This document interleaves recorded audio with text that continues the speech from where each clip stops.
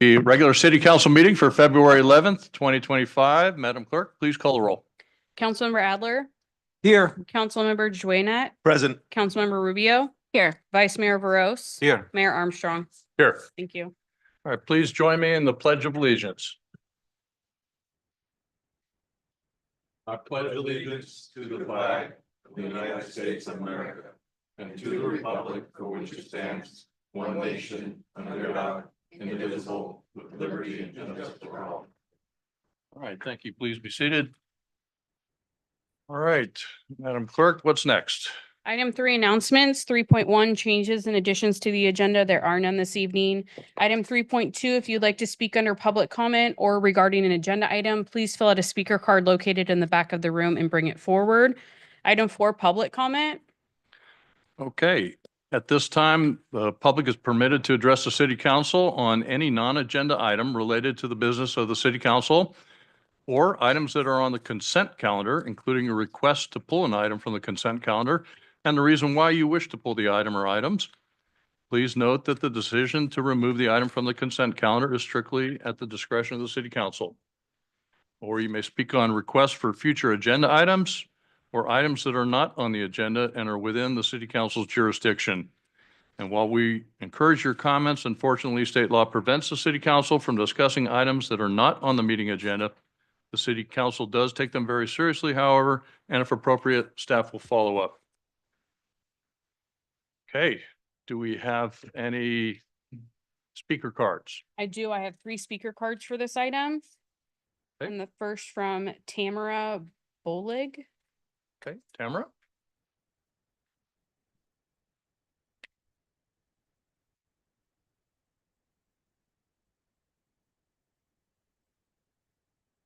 Are you going to set up a timer?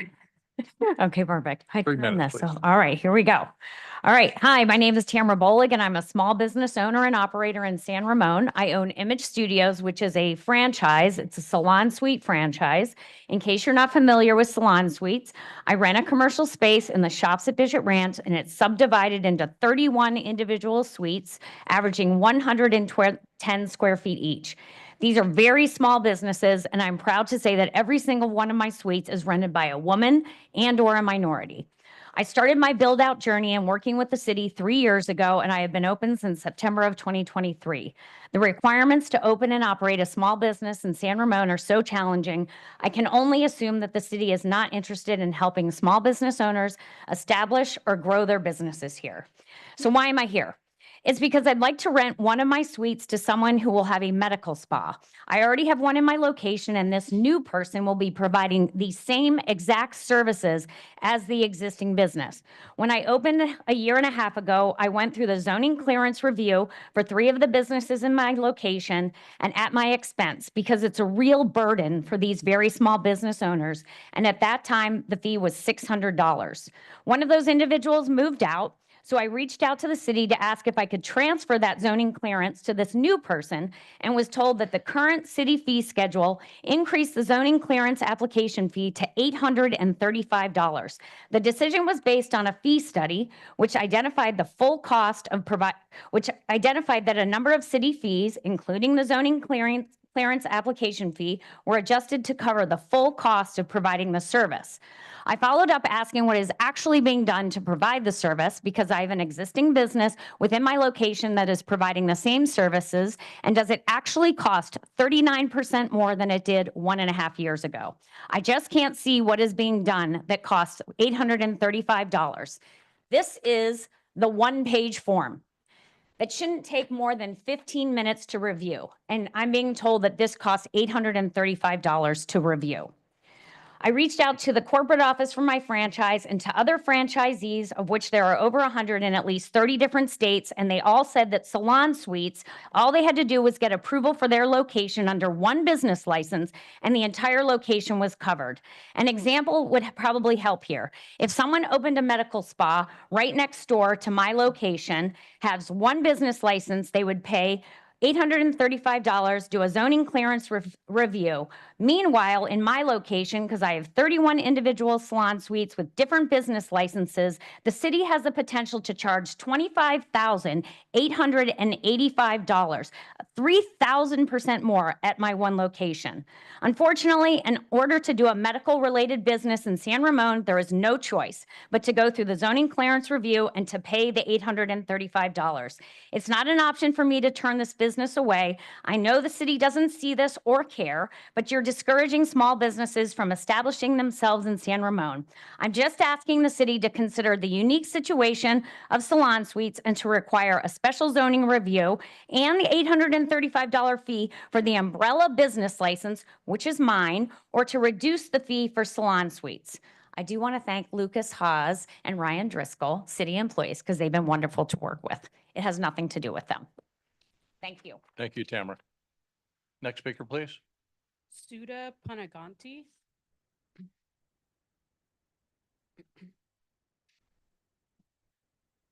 Quick tag team here. Good evening, Mayor Armstrong, City Council members, city staff. My name is Bernie Shalai, and I am the co-president of the San Ramon Valley Rotary Evening Club. We are here tonight to announce that our club will be hosting our third Scripps Spelling Bee event on March 23rd at the San Ramon Community Center. And to further explain, I have my youth director, Sudha, that'll give you all the details.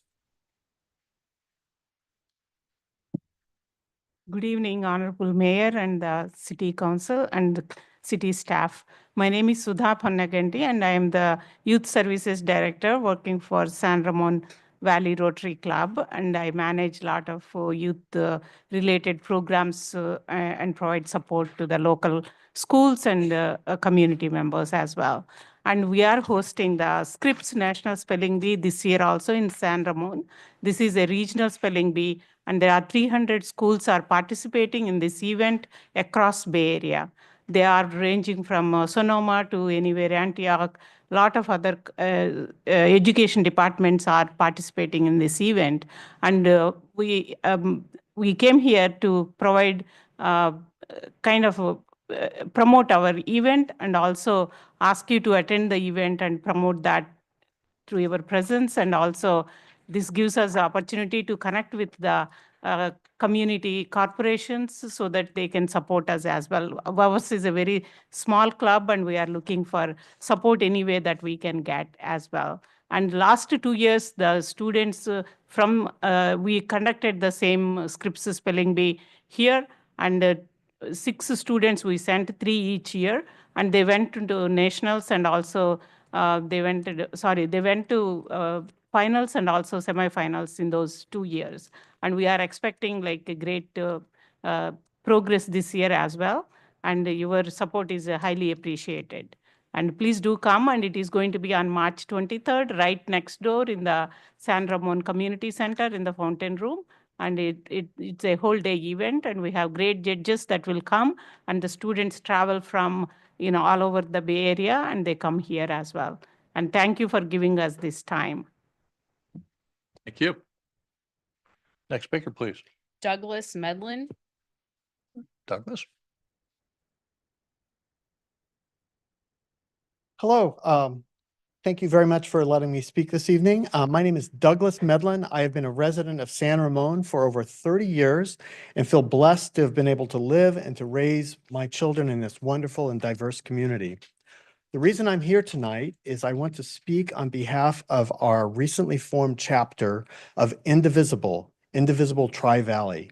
Indivisible is a grassroots progressive advocacy organization that was founded in 2017 in response to concerns regarding the directions of the first Trump administration.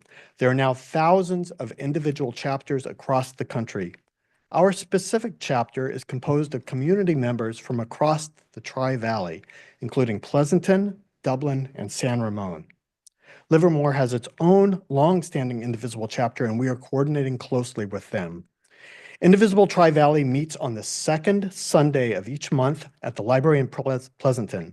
We have formed teams around issues that we feel are critical to our communities, including immigration, healthcare, climate change, and economic justice. In our view, all of these issues face serious threats from the current federal administration's Project 2025 agenda, Indeed, our most recent meeting last Saturday was packed to standing room only as citizens from across the Tri-Valley came to express their grave concerns and to volunteer their time and effort. Our work includes meeting with elected representatives at the federal, state, and local level. As such, we look forward in the coming years to working with you on the San Ramon City Council, particularly in areas within your jurisdiction and to address areas where the current federal administration's actions and policies adversely impact our local communities and where your actions and policies may be able to alleviate the challenges and damage. Thank you for your time. Thank you very much. Any other speakers? No, Okay, do we have any written comment? not for this item. Okay, then we will move to item 5 consent calendar. And you have a comment there, Madam Clerk?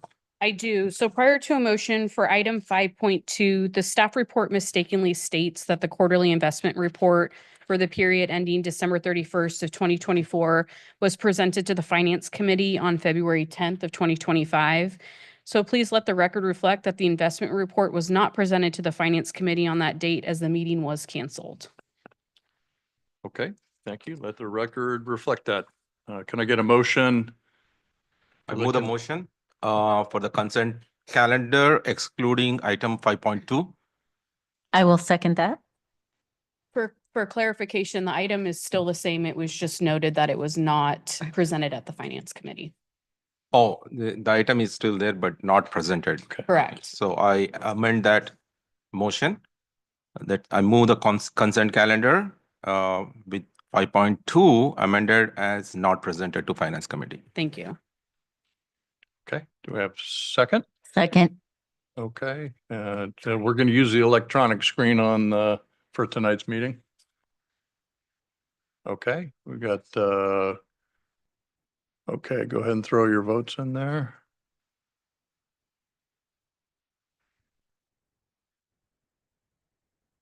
Okay, motion carries. And next item, please. Item 6, special presentations, there are none. Item 7, deferred consent items, there are none. Item 8, unfinished business, there is none. And item 9, new business, 9.1, annual audit report for the city of San Ramon for the fiscal year ending June 30th of 2024. Introduction by Candace Daniels, Finance Division Manager. Candace, you're up. Good evening, Mayor Armstrong and members of the council. You should have before you the annual comprehensive financial report for fiscal year ending June 30th, 2024. So the audit was performed by Mays & Associates. It is a process that starts in June with a 1-week interim audit. It ends in October with 2 weeks for the final audit. We had a clean audit, so that's always good news. So I'm going to go over some general fund highlights before I introduce the partner from Mays that's going to do her presentation. So the revenues for the year ended, there were 1.9 million above budget for the following reasons. Taxes were 800,000 above budget, which reflected an increase in property tax and sales tax. We had an increase of 200,000 in licenses and permits, which reflected an increase in business license fees and building permits. Intergovernmental revenue was 1.2 million above budget, which reflected increases in the SB 90 reimbursement and police grants. Charges for services were 800,000 below budget. That reflects a decrease in inspection and plan check fees for development projects. Fines and forfeitures were $100,000 below budget, which showed a decrease in vehicle code fines. Investment income was 700,000 above budget, showing favorable investment gains. And miscellaneous revenue was 100,000 below budget, which showed a decrease in facility rentals. The expenditures were 2.6 million below budget. Salaries and benefits were 1.2 million below budget. Professional services, 1.4 million. Materials and supplies below budget by 200,000. Travel and training, memberships and dues were 100,000 under budget. And capital outlay was 300,000 above budget. At the end of the year, the general fund in Doherty Valley ending balances were 27.3 million. That's an increase of $1 million compared to the previous fiscal year. Ending reserves were at 45%. So now I'm going to introduce, it was going to be Vicky Rodriguez. Unfortunately, she couldn't make it tonight. So we have Whitney Crockett, who's also a partner at Mays and Associates, and she's going to go over some highlights of the audit. Thank you, Candace. you. Go ahead, Whitney. Good evening. Thank you for having me tonight.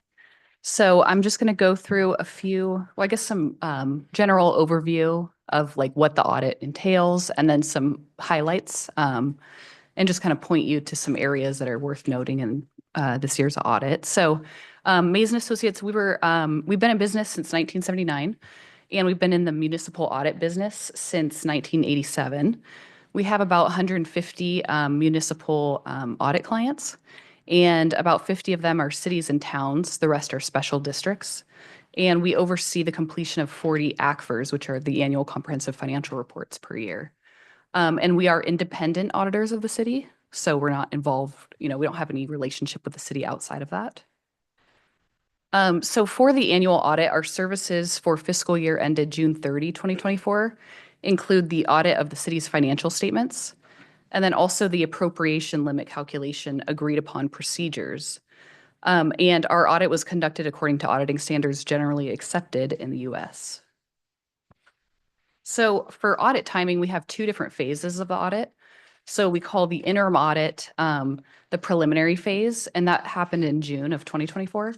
And that's where we look at the overall environment, the internal control environment of the city.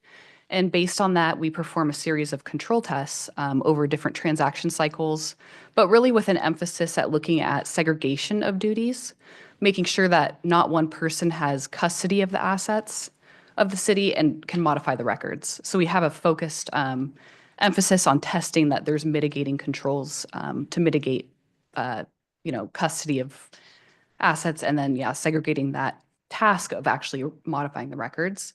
And then based on that, those tests, we come into the final phase of the audit, which was done in October 2024.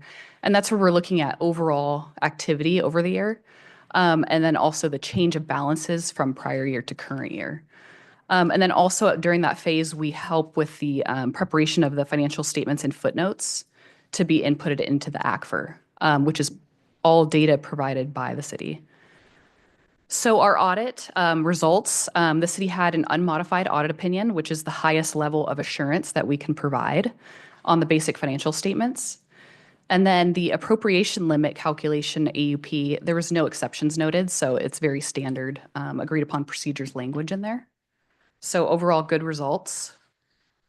So now moving to the annual comprehensive financial report. So if you look at the report, there's the big piece is the basic financial statements. And as part of that, they have the auditor's opinion, the management discussion and analysis, which is written by management, the financial statements, and then the footnotes to the financial statements. And then in addition to that, you have the transmittal letter, which is prepared by management, and then the required supplemental information, and then the statistical section. So as part of the annual comprehensive financial report, the city submits an application every year for a GFOA award. That's the Government Finance Officers Association Award. So in the fiscal year 2024 ACFR, you'll see the award as part of that document. And the city did apply for the award for fiscal year ending June 30, 2024. And it's anticipated that the city will receive the award again. But those take time to get back. Usually they come back in the fall. So it's kind of, tentative, but it's likely that the city will. So management's discussion and analysis, again, is prepared by city management, and it provides an overview of the city's activities and financial report performance. So when you're reading it, it's good to read it in conjunction with the basic financial statements and the footnotes. That way you can tie the two back to one another. But it's a good read if you just want to have a general overview of what happened during the year. So every year, the Governmental Accounting Standards Board comes out with accounting pronouncements. So this year, there was one accounting pronouncement that impacted the city. Not a big change, but GASB Statement 100, accounting for changes in error corrections, became effective. And really, it's just an ongoing requirement requiring local governments to account for changes in error corrections as they happen. And for the city of San Ramon, the impact on the fiscal year 2024 financial statements was that in the governmental funds statement of revenues, expenditures, and change in net assets, there were a couple of major funds from prior year that moved to non-major funds. So it's just kind of denoted on there on the financial statements, and then also in footnote 1T to the financial statements. But it's a minor change this year. So when you're looking at the financial statements, there's two different kind of viewpoints. You have the entity-wide level. So that's your statement of net position for the city as a whole. And then the statement of activities is part of that. So that's the entity-wide level. And that's more of a long-term outlook of the city. So looking at long-term and current assets, but also current liabilities and long-term liabilities. Whereas the statements behind that, the governmental funds balance sheet and governmental funds income statement, is more about the current, what happened during the year. So looking at just the current assets and current liabilities. So for the city, fiscal year 2024, assets totaled about 494 million. Deferred outflows totaled about 43 million. Liabilities totaled about 134 million. Deferred inflows totaled 9.5 million, and then net position was about 393 million. And in terms of the composition of that net position, the majority of it is the city's net investment in capital assets, which is basically the city's capital assets less any capital-related debt. So long-term bonds payable that have, are related to capital asset balances. So that's the biggest piece. Then you have the restricted, which is about 19%, and then the unrestricted, which is the deficit of 8%. So that's at June 30, 2024 on the statement of net position. So looking at the change from 2024 to 2023, for net investment in capital assets, that decreased by about 2.8 million from the prior year. And in looking at it, it looks like it's because depreciation of capital assets exceeded the amount of additions in the current year. So it drove a higher expense and therefore less net investment in capital assets because that balance went down. Restricted net position went down about 0.8 million. And then unrestricted net position decreased by 12.4 million. And that, so overall decrease of 16 million. For unrestricted net position, the biggest driver of that were the pension and OPEB liabilities because they didn't perform the investment return with CalPERS, because the city is a part of CalPERS for pension, didn't perform up to the standard or the expectation during the measurement year. So that was seen across all agencies that participate in CalPERS, and it's expected to just fluctuate going forward. So it's kind of hard to tell, but that's really the biggest driver of that change this year. And so just some pension highlights. In note 11, in the notes to the financial statements, there is further information about the city's pension plans. So there's 4 different plans. The city has the miscellaneous plan, which in terms of net pension liability increased by, 4.6 million. And again, that's a lot, mainly to do with the investment returns not being as good as what CalPERS projected. And then the safety plan for the city increased 2.8 million. And then the miscellaneous for Doherty Regional Fire Authority, it kind of just stayed. And then the safety plan for that agency also, it actually decreased. And it seems like it's because of the allocation factor that CalPERS provides each year. Because that plan is part of a cost sharing plan, CalPERS issues this report of all these cost allocations or net pension liability allocations by agency. And it looks like it went down from prior years. So that's why that changed. And then looking at OPEB, other post-employment benefits, that's further detailed in note 13. So from prior year, the plan assets went down about 0.5 million. And then the total OPEB liabilities increased 3.8 million. So overall, the net OPEB liability increased by 4.3 million. And if you look at a table in note 13, the biggest driver of that looks like it's from actuarial experience differences. So the difference between what they expected and what actually happened. And that plays into the actuarially determined liability each year. So that's kind of the background there. So city's general fund had a fund balance of 27.3 million, which is a $960,000 increase from the prior year. And within that fund balance, non-spendable was about 245.3 thousand, and that is basically the loans receivable and prepaids in the general fund at June 30. And then the rest of it was unassigned fund balance at 27 million. And then for all the other major funds, the fund balances, so you have the Doherty Valley Fund. There was not really a change there because beginning fund balance and net income offset that fund balance. Well, I guess there was a change. It turns that it ended at 0 at June 30, 2024. And then the GAD Special Revenue Fund, the beginning fund balance was 13.5 million and net income was 1.4 million, leaving a $14.9 million fund balance. And then the city's capital projects fund had a beginning fund balance of 28.5 million, net income, or I guess loss of $6.2 million, and then an ending fund balance of 22.3 million. So yeah, before I open it up for questions, I just wanted to take a moment to thank Candace and Vivian and the finance team for all their help during the audit. It's a lot, just with all the questions and being prepared and everything. So everything went smoothly from our perspective. So just want to give them credit for being prepared for us and getting us everything we need. But yeah, any questions? Okay, thank you, Whitney. Any questions from the council for either Whitney or Candace? Thank you, Whitney, for presentation.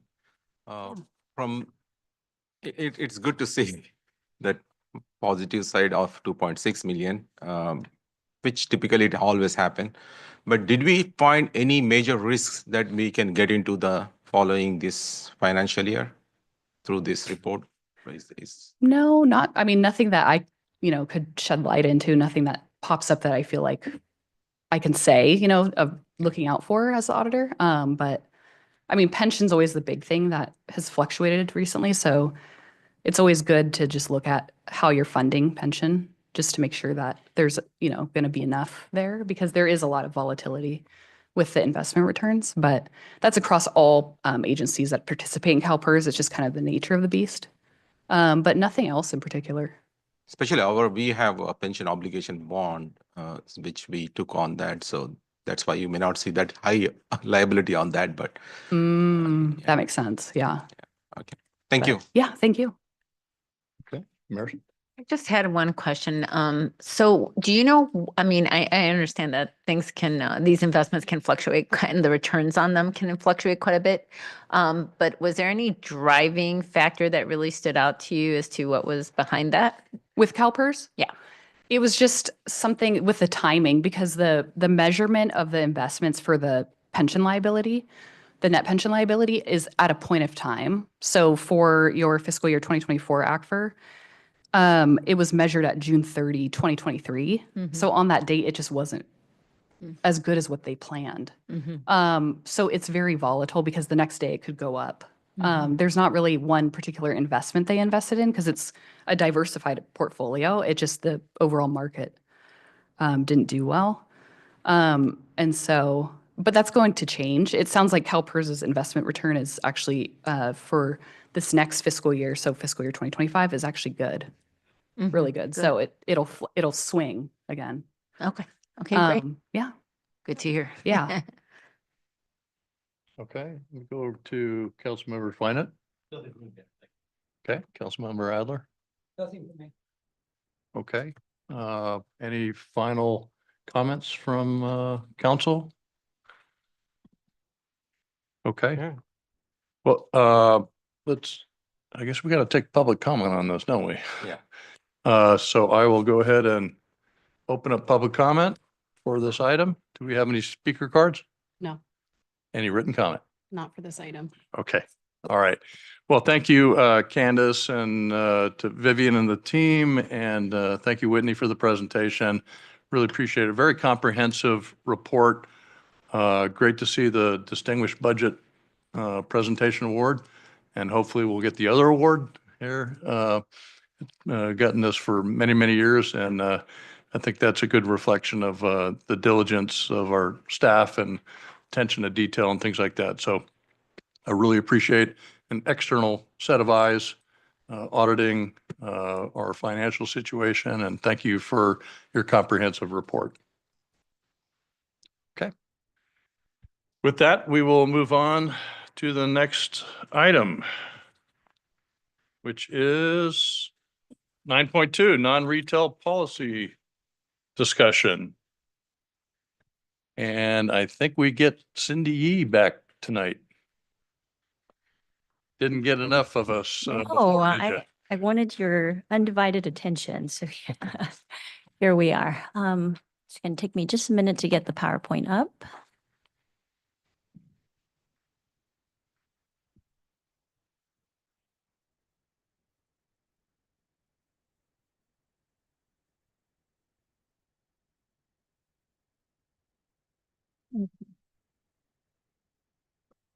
Great. So thank you for this opportunity to present the non-retail policy discussion. This discussion is really a continuation of the conversation that was started when we were updating the General Plan 2040 back in 2022, 2023.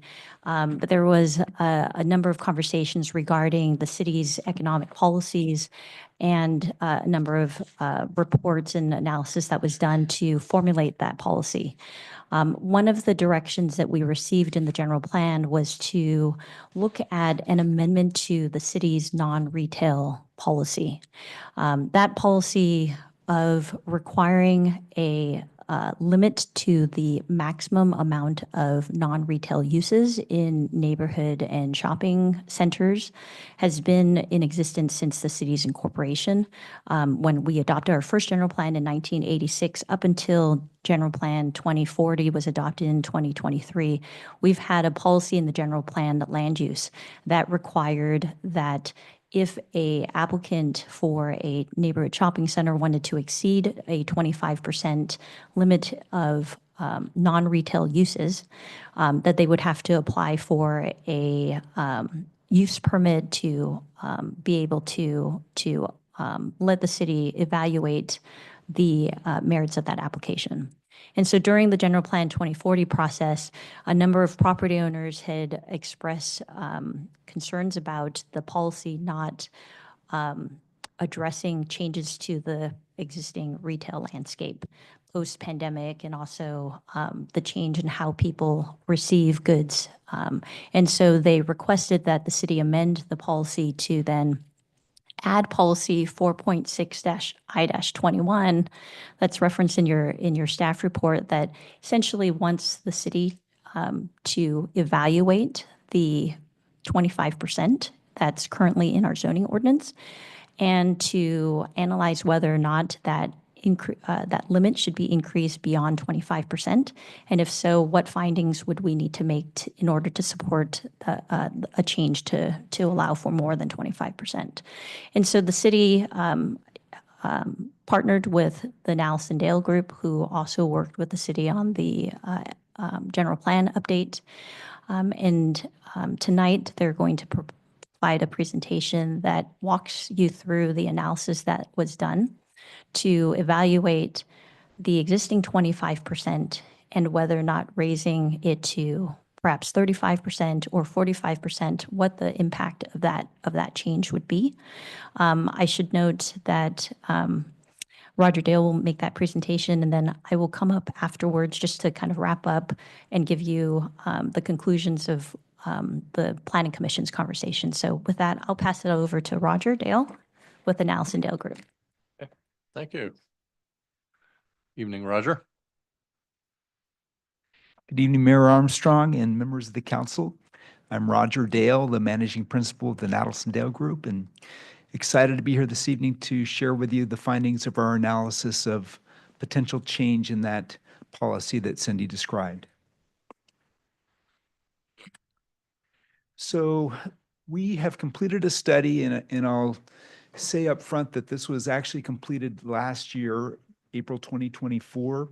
I don't believe any of the findings have materially changed based on conditions since then, but kind of describe you the findings we reached at the time and presented to the Planning Commission last year. As Cindy indicated, we basically looked at an analysis that would consider the sales tax, potential sales tax impacts to the city, and other potential impacts and benefits from changing the policy that limits non-retail uses in shopping center spaces currently at 25%. Several reasons why this is something that the city might want to consider changing, a policy might want to consider changing. From the perspective of shopping center owners and managers, diversifying the tenant mix might address the following types of issues. The loss of tenants or tenant downsizing due to competition from online sales. I think we're all well aware of the ongoing changes in the retail industry and the shopping center industry, and this is one way to mitigate potentially the impacts that that has on brick and mortar shopping center facilities. There's also certain issues that relate to shopping trends that in general have always favored typically newer shopping centers. And this is a way that shopping centers that have become older can be more responsive to current market trends. Part of the challenge related to the impact of e-commerce is that a number of major retail chains and stores have gone through consolidations, liquidations, and other changes that limit effectively the pool of tenants that a shopping center owner or manager can attract. So this is, again, one way to broaden by accepting non-retail or a greater proportion of non-retail uses broadens the base of prospective tenants for these spaces. And we'll also describe other kind of factors that affect the overall viability of a shopping center in addition to considerations about sales tax. So as we've described, one way to diversify the tenant mix is to accept non-retail establishments. And we're certainly well aware that from the city's perspective, this is a concern as it relates to the potential loss of sales tax revenue by essentially replacing what could be a sales tax generating use with a use that might generate some or reduced or no sales tax, relatively speaking. And then we also took a look at the effects on the compatibility of non-retail uses with traditional shopping center tenants and how that might affect, again, the overall functionality and viability of existing shopping centers. So as we've described, the existing policy limits non-retail occupancy in shopping centers to a maximum of 24% on the ground floor. And as we'll describe in practice, certain centers and certain uses in the city are exempt from this ceiling.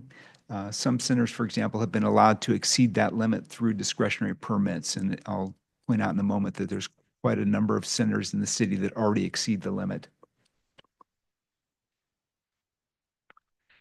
Again, as of last spring, when we completed this analysis, we got data through the city of existing vacancy rates by centers. We broke the centers into two groups called large centers and small centers. And for the larger centers, the average or overall vacancy rate as of April 2024 was 11.1%. And the existing percentage of ground floor retail or space that was occupied by non-retail uses was on average 26%. And you can see that a couple of the centers slightly exceed that and some are quite a bit below that. When we look at smaller shopping centers, however, the story changes. The vacancy rates are lower and there's a much higher proportion of the existing shopping centers that have gotten discretionary permits to exceed that non-retail first floor threshold of 25%. So on average, the smaller retail centers have a non-retail percentage on the first floor of about 42%. And the vacancy rate is also quite a bit lower, about less than half of what it is for larger centers. And that might in part be due to the fact that they have a larger range of options in terms of the types of tenants that they've been able to accept. So our study looked at the potential impact to the city's sales tax receipts that would result from raising that limit from 25% to a higher number. And then we also looked in a more qualitative way at the implications that that type of a policy change would have on the other goal. One of the other goals of the city is to maintain economically viable shopping centers that are attractive to consumers, kind of in line with existing market trends and preferences, and as a result, continue to serve the community's needs for shopping and other commercial services. And city staff requested that we look at two scenarios for increasing the non-retail limit. So starting with the baseline of 25%, we looked at a scenario that would increase that to 35% and another scenario that would increase it to 45%. We essentially went through a process of developing a model that would project what would happen under each of those two scenarios. And that process was informed by several data sources that are listed on this slide. First of all, we utilized a data source or platform called Placer AI, which is a very powerful tool that allows cities and shopping center owners to determine how many visits come to a particular location every year. But most importantly, they track cell phone usage so they can tell exactly when someone goes to this shopping center, where they come from and where they go to afterwards. And we were interested in this because part of the whole question of introducing a higher percentage of non-retail uses is how does that affect the viability of a shopping center if you're replacing what have traditionally been considered anchor tenants in a shopping center, the tenants that create the traffic that supports the smaller tenants. If you're replacing those with non-retail uses, does that have a potential positive or negative impact on the overall viability of a shopping center? So as I'll describe later, we're very interested in, if you look at where someone comes from prior to going to a shopping center, are any of those visits related to, for example, to medical visits to a nearby medical office? And so if you see a neighborhood where you've got a medical facility that's fairly near to a shopping center, we do see instances where people combine those trips. And so you could then make the case that medical facility serves in some ways as a attractor of traffic that benefits the shopping center and therefore kind of a de facto anchor tenant. And if you could kind of then take the next step forward and think, well, could that use actually occur in the shopping center and have that type of a synergistic effect in terms of creating traffic that benefits the remaining retail uses in a shopping center? We also completed interviews with several of the major shopping center owners and operators in San Ramon and got very specific about the circumstances they're facing in terms of existing and anticipated vacancies due to closures of stores that are part of national chains that are downsizing, and also the realities that they face in terms of the types of new tenants that are available to them as prospects to recruit to fill vacant spaces, and finding that there are fewer options and that a number of these shopping center owners operate in other markets besides San Ramon, where they've got experience in repositioning shopping centers based on the concept of introducing non-retail uses to a higher degree. So acknowledging that there is a potential loss for future anchor tenants, we looked at in our modeling some assumptions about the types of additional vacancies that might occur in the future just by a continuation of market trends, where a number of these chains are downsizing and could result in additional vacancies that would need to be refilled in some form. And then we came within our model to some estimates of if vacancies, there are existing vacancies in some centers now that far exceed what would be considered kind of a stabilized, sustainable occupancy rate for a successful commercial real estate from a successful commercial real estate perspective.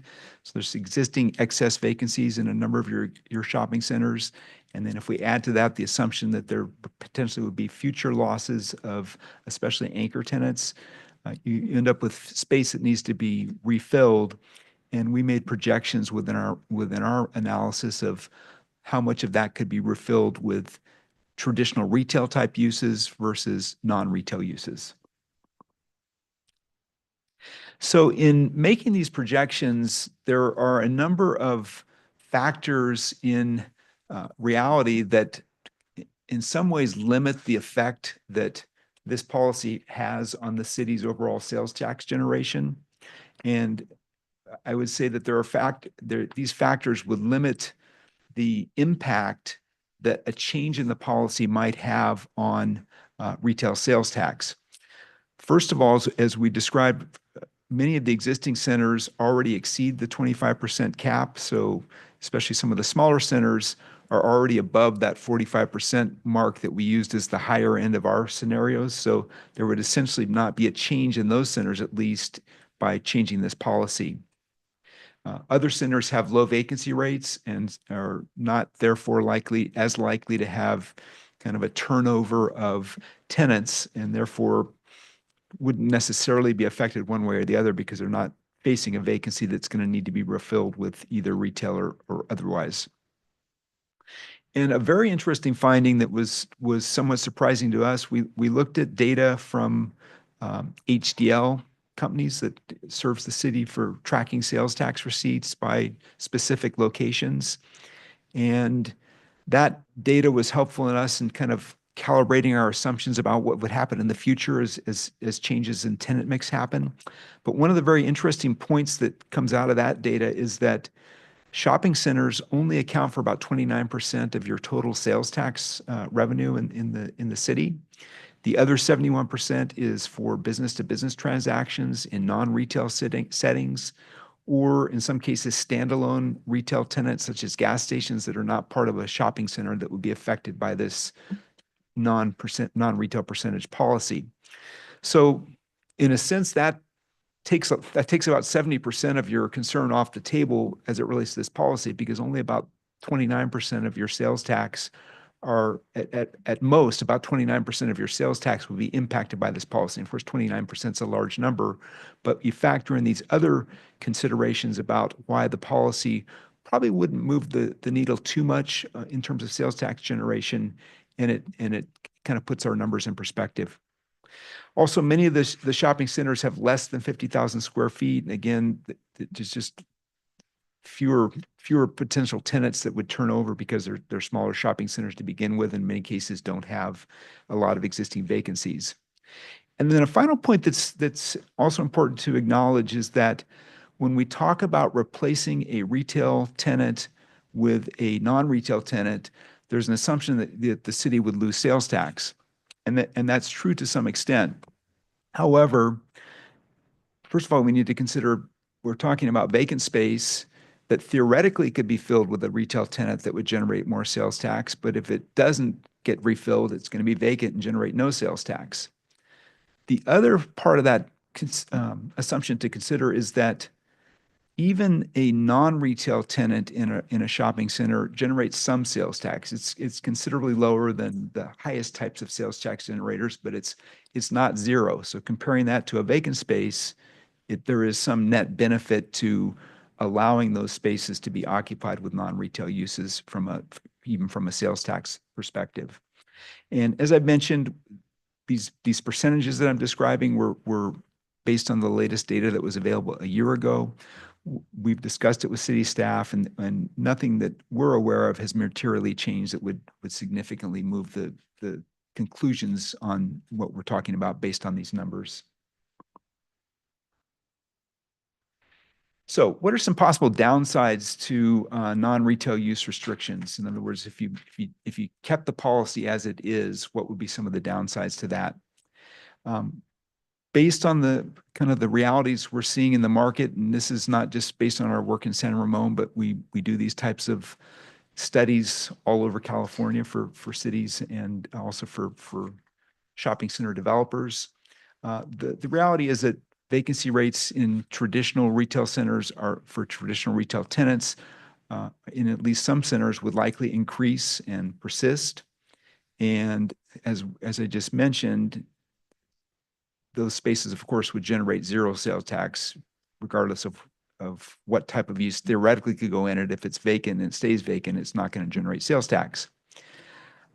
But beyond just the sales tax consideration, a restriction that limits the shopping center owner from creating more market responsive tenant mixes and as I've mentioned, that are things that are in line with existing consumer trends, undermines the potential of keeping a shopping center as a whole viable. And so over time, you'd expect things to become aesthetically less pleasing, just higher vacancy, get reduced patronage that then discourages subsequent leases that come new from tenanting or renewing their leases. So vacancy rates might even trend further upward. And then there are fewer tenants to share with the upkeep and other expenses. And so over time, you could expect that there could be concerns about the level of maintaining investment in these properties so that they remain up to your standards as a city from a building condition standpoint. So some conclusions, and then I know that Cindy is intending to come back and provide some more perspective from staff's findings here, but from the analysis we've done, non-retail tenants and shopping centers can generate significant foot traffic. And as I mentioned, that Placer AI data that we evaluated indicates that about 33% or about a third of people that come to a shopping center are traveling from a non-retail type of commercial service like a medical or a health club or something like that, that those do have the potential to serve as de facto anchor tenants if packaged rightly within a particular shopping center. So these types of uses can generate significant foot traffic and thereby enhance sales performance of nearby retail restaurant space. Adjusting the policy to allow for the higher percentages of the retail space consistent with our two scenarios, 35% and 45%, would really have minimal impacts on sales tax receipts, just virtually, in percentage terms, virtually no kind of a level playing field as far as the impact on sales tax. Basically, the reason is that we're seeing space that would be otherwise vacant, occupied with uses that generate some sales tax, even though they're not as strong as you would get from a traditional retail use. They're better than a negative or a zero sales tax rate from a vacant space. So a flexible policy allowing for non-retail uses in retail centers would respond to what we believe are the market trends and the market needs.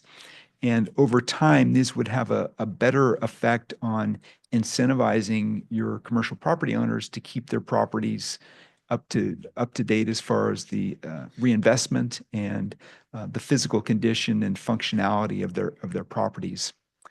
I should also mention that all of the numbers that are in our analysis that look at potential losses of sales tax or in our conclusion that there really wouldn't be losses of sales tax.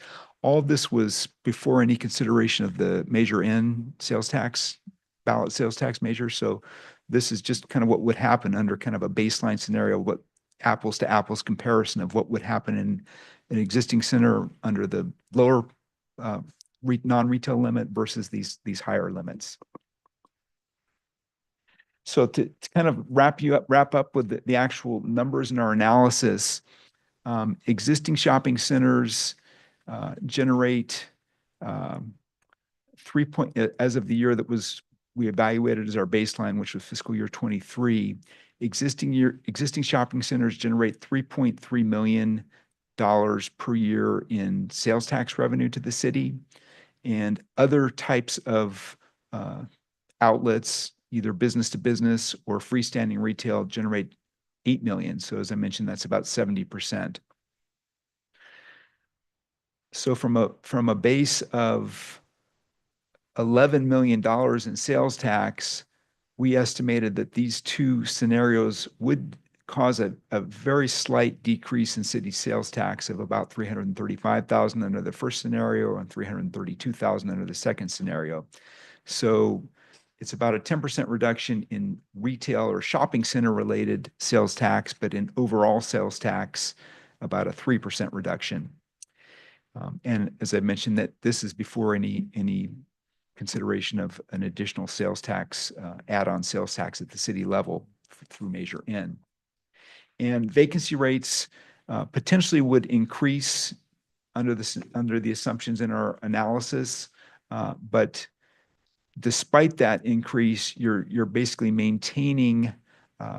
able to maintain your sales tax because a portion of those new vacancies are filled with uses that create at least some sales tax revenue. And I think what we'll do, I'm going to have Cindy come back and present the staff's perspective on this, and then we'll be glad to answer any questions that you might have about our part of the analysis.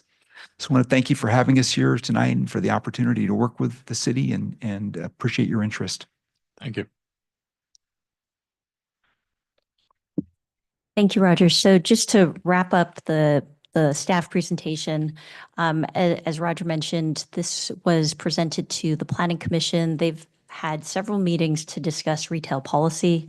And after the presentation from Roger that explained the data that was analyzed, ultimately the Planning Commission's direction was for the city to bring a recommendation to the City Council to eliminate the maximum non-retail limit. So we currently have a 25% instead of 35 or 45% that was studied. The Planning Commission actually recommended that we remove the limit altogether. And the reasons that they've mentioned included that the policy really hasn't been proven to be effective in retaining retailers. It'll also allow the centers to be more flexible in responding to market demands. It will also help fill vacancies and support existing tenants and help maintain the vibrancy of centers. And so the recommendation from the Planning Commission was, rather than retaining the 25% or increasing that percentage, to actually eliminate that from our zoning ordinance. So in your packet, you have attachments that identify Division D4-38, the non-retail section of the zoning ordinance. Effectively, if we make a change to the percentage by increasing it, we would then amend this section of the zoning ordinance to then reflect the new percentage and then update the findings that we would need to make to allow for a use permit to be approved to increase beyond that percentage that we set. If the direction is to eliminate the percentage altogether, this section of the zoning ordinance would effectively be removed. We would delete it from the zoning ordinance, and anytime a applicant were to file a business license request to locate in the city, we would simply look at the tables that are attached to the staff report that identify whether that business is permitted by right, requires a use permit, or is not permitted. We would simply just use the tables to determine whether the tenant could operate in that shopping center. So the discussion this evening will really set that direction of this upcoming zoning ordinance update that the city is preparing in response to the general plan implementation, on whether or not we take out this section or amend it based on this direction from council this evening. So with that concludes my presentation. If there's any questions, I can certainly take those now. All right, let's, thank you, Cindy. Thank you, Roger. Let's open it up for questions, and let me start with Vice Mayor Burrows. Thank you, Rogers. Thank you, Cindy, for the presentation. From your presentation, looks like you got the feedback from owners and managers of the property. So my question is, did we include small business owners in this study? They were not part of the interviews, no. It was the shopping center management at that level. Okay. And did we include our local Chamber of Commerce in this study? We have not, I don't know if staff has. We did actually engage them as part of our interview for the general plan policies, the economic policies, and we did include interested parties as part of our interviews and just the general conversation about city's economic policies in general. Oh, I want specific to this study. Not related to their thoughts on non-retail policy. Okay, so, and did we consider the demographic shifts that's happening in San Ramon City in this Yes, study? Prior to doing this study, our firm worked for the city on the general plan update and did an extensive analysis of retail development opportunities or demand. And that took into account the demographic factors that drive existing and potentially future retail demand. So we're aware of those factors.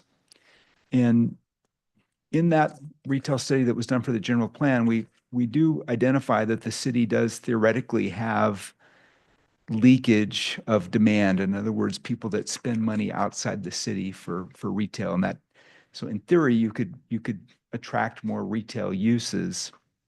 But there are a number of kind of practical reasons, just the way the market is now, that number, if you kind of look at it realistically, it gets reduced quite a bit. And so in our ultimate conclusion is that the types of factors that we described that are affecting the globally, the retail industry, that kind of overrides considerations about, the demand for new retail space, just the practical consideration of who are the actual tenants that are available to fill that space from a leasing perspective. It's becoming it's a more challenging list. Let's put it that way. So I take answer as no, for including the demographics as part of your study. It was part of the retail study that we did coming into this, but I'm glad to understand what you think would be different if we looked at demographics as part of this study. Oh yeah, so let's step back here, right? You took interviews and study with the owners and managers, and then they come back to you and saying that we don't need this kind of limitations. Doesn't it sound like it is a conflict of interest? It was just one source of information, so it wasn't the only basis of our making these conclusions. It was one way to kind of frame the discussion specific to what the conditions are in existing shopping centers in San Ramon, and knowing what vacancies they have and what anticipated vacancies they have. And I would say this is all consistent. What we heard from them was all consistent with what we've heard in many cities over the past 5 years that we've addressed these kinds of questions. So I understand your concern about taking information from the development community, but at the end of the day, they have a real world knowledge of these issues just based on how their leasing process goes in this community versus others. And it was only one source of information. And as I said, it's nothing that they said was inconsistent with what we've learned from other cities and other developers around California. Oh, okay, go ahead, Cindy. Sorry, I actually also just wanted to add that the impetus to this change in policy actually came out of not just what we were hearing from property owners, but also applicants that were frustrated that in order for them to locate in a shopping center, they would have to pay multiple thousands of dollars to file a use permit application, which would also take 4 to 6 weeks to process before they would even get an answer to whether or not they could lease that space to allow for that use. And so while this analysis did not include as part of the conversation with interviews with individual small businesses, the reason this has become an issue is because the burden of the minor use permit is placed on the individual tenant that is looking to operate in the shopping center. And that shopping center's feedback as well was, if I am not able to provide information to a potential tenant on whether they can sign a lease here, it makes it very difficult for me to be able to lease that space because of the uncertainty that a use permit process establishes. And so there have been multiple conversations with businesses that have expressed frustration about the city's current policy, which is why the direction to then reevaluate whether or not we needed to make this change. So basically, we pretty much eliminated the small business owners. I have one question related to this. Is it possible that if we remove this limit, and tomorrow there's a lot of non-retailers also come for rental, is there a chance for increase in the rental charges so that the retail also cannot come into that space? Is that possible? I think it's possible, but it's not what we would expect. And we're projecting that vacancy rates are going to increase over time, even with the higher limit of non-retail space allowed. So it's not a question of one use displacing another. It's a question of broadening the options to fill vacant space. And so there would still be, according to our projections, there would still be capacity for more retail tenants if there's demand for them. And we don't necessarily know if there were future opportunities for retail uses in a particular center. This is not saying that the policy is going to favor non-retail uses, or that would be the preference of the owners. It just gives them the ability to respond to what the market is at the time that they're filling vacant spaces. Yeah. So here is the thing, because we talk to our community as well as small business owners. One of the biggest challenge our small business owners face in the city of San Ramon is the rental charges. Now, any neighboring city that opens a business, Dublin, Pleasant, and all that, all those places are filled up so fast. Only San Ramon, we're having challenges. And when I talk to these small businesses, why they are not coming, their problem is the rental charges. Now, if we remove this, and the competition will become so bad that whatever the retail we have, we will be losing most of those retail also, right? Is that possible?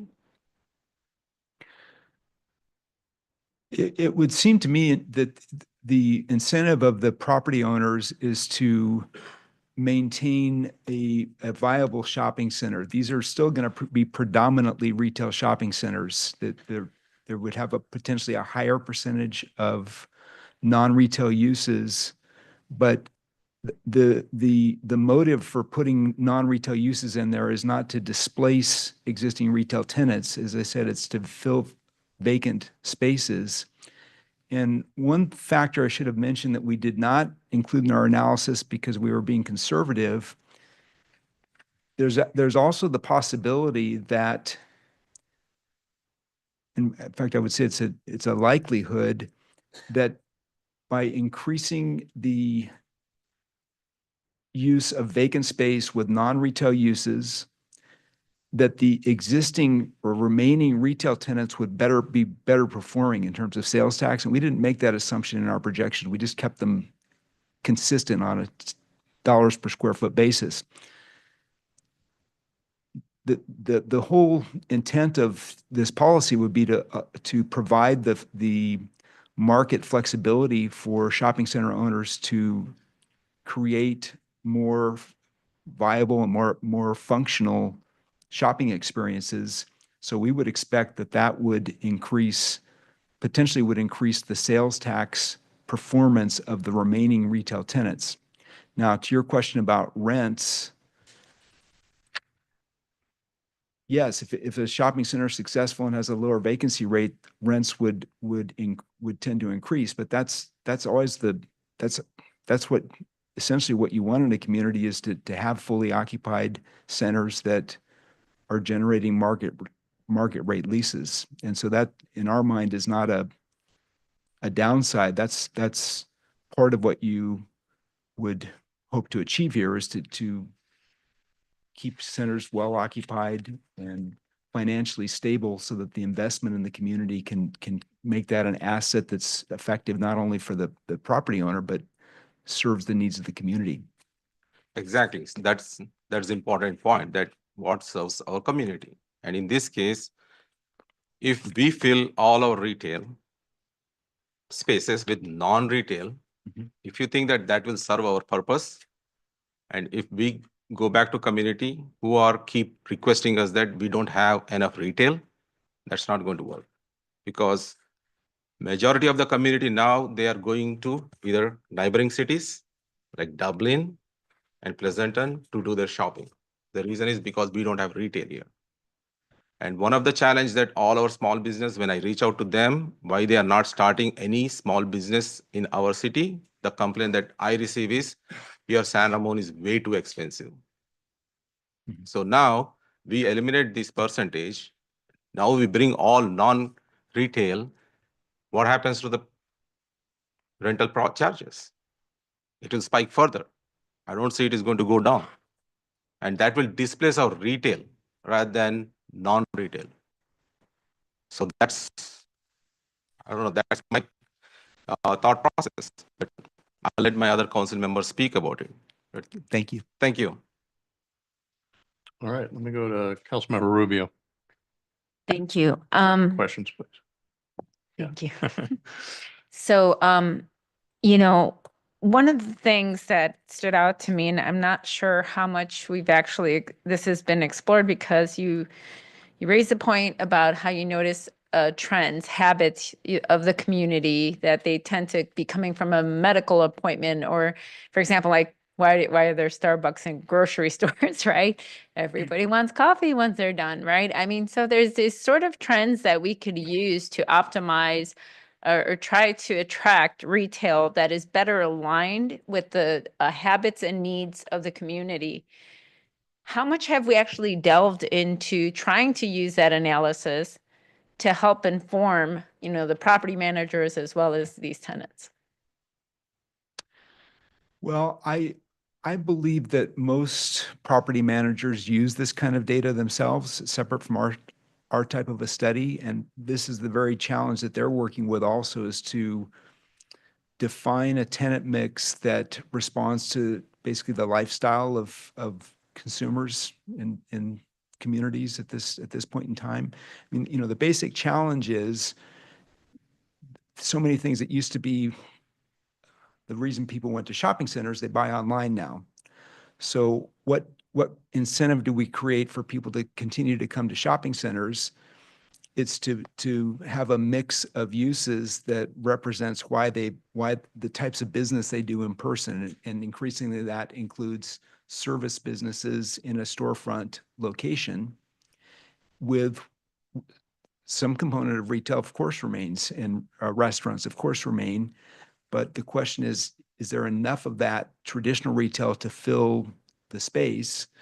And I think in many communities that are looking at that, they're seeing an increase in service type businesses and health type business services, et cetera, that can become a reason for people to come out and visit a place, a shopping center.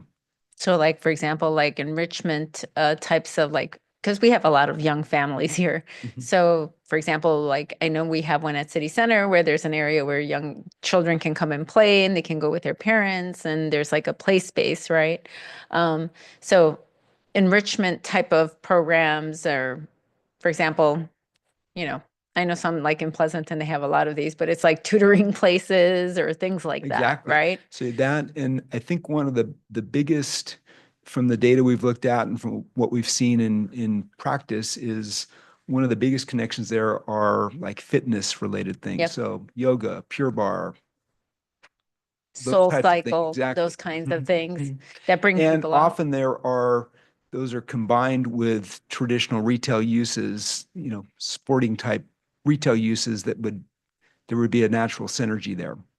Right. And you counter that, say, if you have a fitness place, you have like a coffee shop next door or something like that, or sandwich shop next door, because you're going to be hungry afterwards, right? So find ways to sort of promote those types of business. So maybe really what we're talking about, yes, in absolute terms, sales will go down, but it's a different type of product being offered in another capacity. Yeah, and sales may not go down. They may stay constant, Mhm. or they may actually go up because the remaining, as I mentioned earlier, the remaining retail tenants now have a lot more activity to work from than having vacant space in their next door to them. And in terms of like talking about the projections, because you gave us the 35, 45%, Mhm. and then was mentioned that the planning commission mentioned removing the whole percentage at all. Mhm. Have we assessed what the consequences of removing it at all could be, projected consequences in terms of impact on revenues with that? City revenues. We did not evaluate that, but I would say, just looking at the numbers, it would only make the situation better because, as I mentioned, we're projecting under those two scenarios, there would still be higher than optimal vacancy rates. So it just opens up the possibility that some of those vacant spaces would have more options to fill them with things that create attractive shopping experiences or lifestyle experiences in those centers. So in our mind, and this recommendation came up after we'd completed the study, but that would not be, we wouldn't have concerns about that changing the conclusions. It would, if anything, it would be a better result in terms of sales tax and the other issues that we looked at.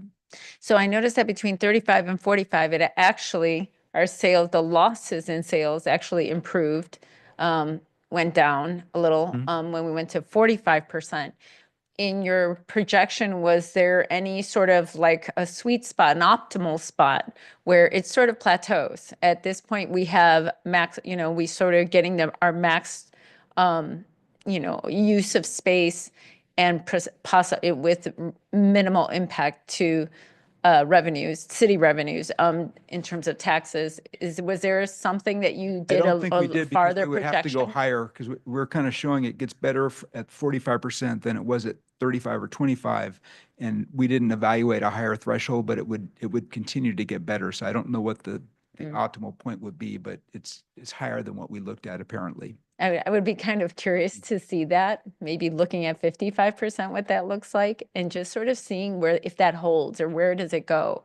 Because that will also give us more information about what the planning commission is mentioning. Well, if you remove it all, it shows a trend and we have more points to refer to and see and assess what might be the outcome of that. The other question, let me see. Let me make sure, sorry. But I will just say, I guess, I think that was pretty much my question, but I will say, I do agree that, there is sort of this negative consequence of having vacant spots. I mean, it just doesn't, it's not appealing. It's not aesthetic. It can depress a community, frankly, to see just lots sitting there open and no businesses just sitting there vacant, I mean, I don't like, it's not a good thing. So I definitely think we need to do something about it. What's the right spot, path here is a little harder to assess, but I would like to see, like I said, if we could look maybe at another point or two where we can see where this trend is going and we'd have a better assessment of that. I would really appreciate that personally. I don't know if my fellow council members agree with me, but I would hope we could do that. Thank you. All right, Councilmember Schweinert. Thank you for the report. Very thorough. I have a question, then I'll ask you to go back to a slide. The purpose, what was the purpose of this study? If you could just quickly sum it up. So we understand that the city is considering changing this policy, the 25% policy. And we were primarily asked to look at the impact on sales tax, which was one of the major concerns about why you might not want to change the policy, is would it cause a loss of sales tax revenue? Mhm. And then as part of that, we looked at these other factors, like, as we described, the synergies between potentially non-retail uses and the remaining retail tenants in a shopping center, and how that affects potentially just the long-term viability and appearance of your properties in the city. Fair. So primarily the analysis part of it was focused on the sales tax, but taking all those other things into consideration. Fair enough. Okay. So this wasn't a determination and this is, I'm not calling you out or anything. This wasn't a determination of what we need to do. As far as like what we need to build, what we need to zone for, this was purely if. That's correct. Understood. We Okay. did some of the other, as I said, market analysis is part of the general plan work, but this was really focused on the question of sales tax. And I think we can conclude that if sales tax is the reason you would not want to do this, that is not a concern. Yeah. But there may be there's obviously other considerations beyond that, but in terms of sales tax, that we don't believe that is a real concern for why you would want to not change this policy. Fair enough. Would you mind going back to the slide? And thank you, Mr. Dale, I appreciate that. Would you mind going back to the slide sorry, let me get my glasses. That you compared the large shopping centers versus the small centers. I forgot which slide. I think that was slide 4 on yours. Okay. Yeah, thank you. So 4 and 5. So just some color. My family, I myself have been a landlord. I've worked in shopping, small strip malls, et cetera. We've owned property, not here, outside. And so I tend to have as a landlord to the point of what's going to increase my bottom line. Am I going to bring in the tenant that's going to pay the triple net? And for triple net, for those that don't know what triple net is, it's rent, utilities, et cetera, and taxes. Tenant's going to pay all that. I have nothing to worry about. Looking at the difference between the large center and the small center, I noticed that these large centers are plumbed and built for restaurants and large square footage for retail space. That's correct, right? Would that be accurate? Would that be a fair? I think that's more so than it is for the small centers. I'm Absolutely. not familiar with the design of each of these centers, but that's generally Yeah. a fair assumption. Maybe you have this data, and if not, it's okay. How much of the sales taxes that come in, did we base the sales tax that comes in based on square footage? Is there a data point on that? Like if we have 50,000 square feet and it generates X number of dollars? Yes. So as I mentioned, we use data from HDL that's able to get sales tax data for individual property shopping centers in the city. And that was broken into several categories: eating and drinking, then other retail. So we consider eating and drinking, in other words, restaurants. That is a retail use. Then other retail, which would be general merchandise, apparel, specialty, sporting goods, all other retail. And then non-retail. So other types of tenants that don't fall into the category of restaurant or retail that are in a retail shopping center, we called non-retail. And we generated through those numbers, we looked at what are the average sales per square foot of occupied space. And so these are taxable sales. So if it's for example, a grocery store, a big portion of it is non-taxable, but these numbers are taxable sales. So the estimate was for eating and drinking or restaurants, $420 a square foot of taxable sales per year. For other retail, it's $270. And then for non-retail, it's $20 a square foot. Okay. And we applied that to both equally, the same numbers applied to both large and small centers in our analysis, but the mix, of course, is different. So a restaurant in one got the same sales per square foot as a restaurant in a larger, in a smaller, it was the same, but the mix were different. So you come up with a different average, although it actually works out about the same about $173 a square foot on average is even if you take into account vacant space. If you take into account all space in a shopping center, occupied or vacant, in the city currently, it amounts to about $173, $174 a square foot per year, taxable sales. Say the number again. I'm sorry. One more time. It was 173 for the large centers, and just coincidentally, it was 174 for the smaller centers. Got it.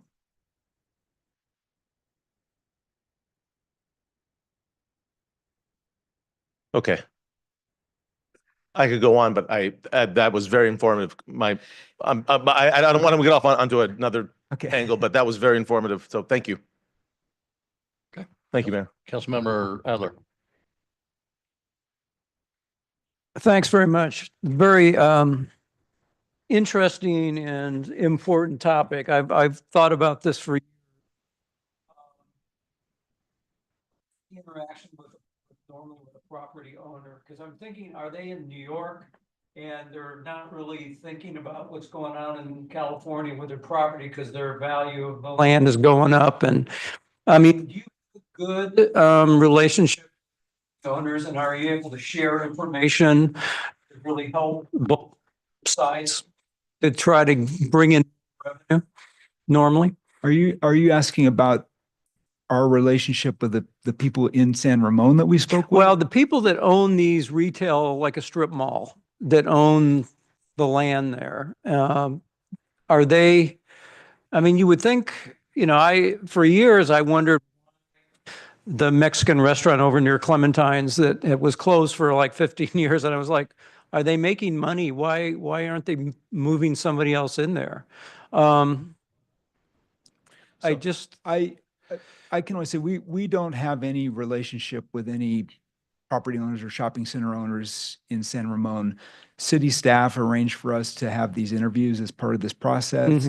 City staff participated in the interviews, and the people we spoke with were local, meaning California. I don't know their connection to the ultimate, who owns the properties. But the reason we spoke to the people we did is that we were most interested in talking to the people who have the day-to-day responsibility of leasing these properties, and how is their job going these days in terms of the types of options they face for prospective tenants, and how the trends in San Ramon compare to other places where they're not operating with the type of a policy that restricts non-retail uses. So that was kind of the pretty narrow scope of our discussions. And as I said, it was not based on us having any relationship with. When you talk about non-retail, are you talking about like maybe a tutoring center, something like that? What are you seeing? It could be, as I mentioned, a lot of it is fitness related. It could be educational enrichment type things like tutoring. I think even in some places you would consider a movie theater a non-retail use. I'm not sure how the one at City Center is classified relative to this policy, but we would consider it essentially a non-retail use because it's primarily not devoted to taxable sales. In some communities, you even see things like churches that fill a large retail space and can become, in effect, an activity generator. So those would be the just examples of the types of things that would be non-retail. Another category that would be like actual medical offices and dental offices that beyond just the fitness aspect, but actual healthcare service providers. Right. What about changing the size of a business? Maybe you have a company that could come in and knock down a few walls, and there would be a need for that business, and maybe they need more space, and you have some businesses that are empty. I mean, is that an option, or is that subject ever come up? I would think yes, and you'll see that. In fact, I think in San Ramon that there were examples of spaces that were being reconfigured to take a larger space and subdivide it for 3 smaller spaces, for example. Maybe a space that was a general merchandise store or a drugstore could become a space for multiple restaurant tenants, just as an example. So those are all options, but there are there tend to be limits on how much space can be leased that way. In other words, if a shopping center loses a large tenant that's been an anchor tenant, historically, the most desirable scenario is you get another anchor tenant that fills that function, fills the whole space. But in some cases in the current market, there's a need to subdivide that and make it for smaller spaces. But there's typically a limit to how much, you don't necessarily end up with fully replacing the anchor space that way, because there's just limit to the amount of demand there is for that much space. But the trend is going to non-retail. I mean, does that seem, obviously, that's why we're talking about, changing the percentage. But that There seems is to be the I trend. wouldn't say it's the trend. I mean, there are other cases of filling spaces with, for example, restaurants. So that would be a retail space that's not subject to this, or other smaller uses replacing a large use. And Mhm. I don't think in promoting this policy change that the city would necessarily be promoting the idea of non-retail space. It's just allowing as an option. And the types of things that you're mentioning could also be options on the table for a particular shopping center. Yeah, I mean, obviously, we want to bring in more revenue. We're trying to be creative on how we do that. So, I'd really be interested to know the trends. I'm sure the business owners kind of know what the trends are. There must be associations where they talk about this stuff all the time. But yeah, whatever we can do to help bring in more business and make the process easier and serve the people of San Ramon, their needs is, what we're looking at. But thanks so much for your input. Thank you. Just a couple questions. Of course, we don't have a whole lot of retail in San Ramon. We got a lot of vacant spaces, as we've seen in the slides and everything. But I had a question about, and I thought it was in the staff report, but I couldn't go back and find it. But do other cities around us have any limitation on non-retail or a limit? In my experience, it's fairly rare. I cannot cite other places that do this. It's my understanding, for example, the city of El Segundo in Los Angeles County does. I've not encountered this in other places where we've worked. So certainly not around here. I can't say that they don't. I'm not aware of it. I'm not saying it doesn't exist, but Right. It hasn't come across in my experience, I haven't come across that. And Cindy, maybe this is for you, but in terms of, how often do we get requests for a use permit to kind of exceed that limit and things like that? Because it sounds like it's a fairly long process, a burdensome process. We putting the burden onto as we heard, onto the small business owner or whoever the tenant is. How often have we had to process those? I would say that in all of our shopping centers where the non-retail is higher than 15%, almost all of them have had some request for a use permit to go beyond. Because what happens is when you get close to that 25%, the next business up that needs a use permit is the one that triggers the non-retail use permit. And so most of the shopping centers are very aware of the 25% threshold. Where we found the most difficulty are the shopping centers that have large anchor spaces. Those tend to be the shopping centers that have the most difficult time, because if you can imagine a large tenant space like CVS goes out, that potentially represented 30% of a shopping center's square footage.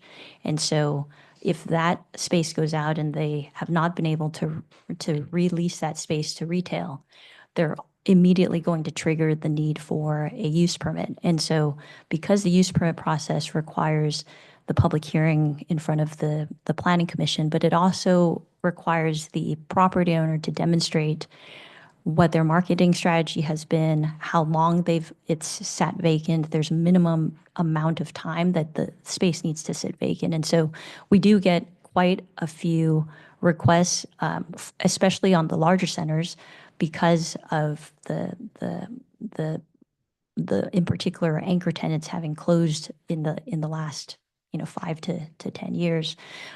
You don't see that trend as much in the smaller centers because you can see, based on the asterisks, over half of these centers already have put in place a non-retail use permit to exceed 25%.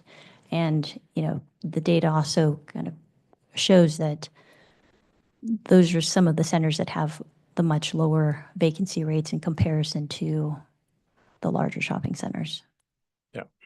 Okay, so it just seems to me that, if the planning commission's got to come up with all these findings and everything, and, to me, it just sounds like a burdensome process and a long process. It's sort of a disincentive for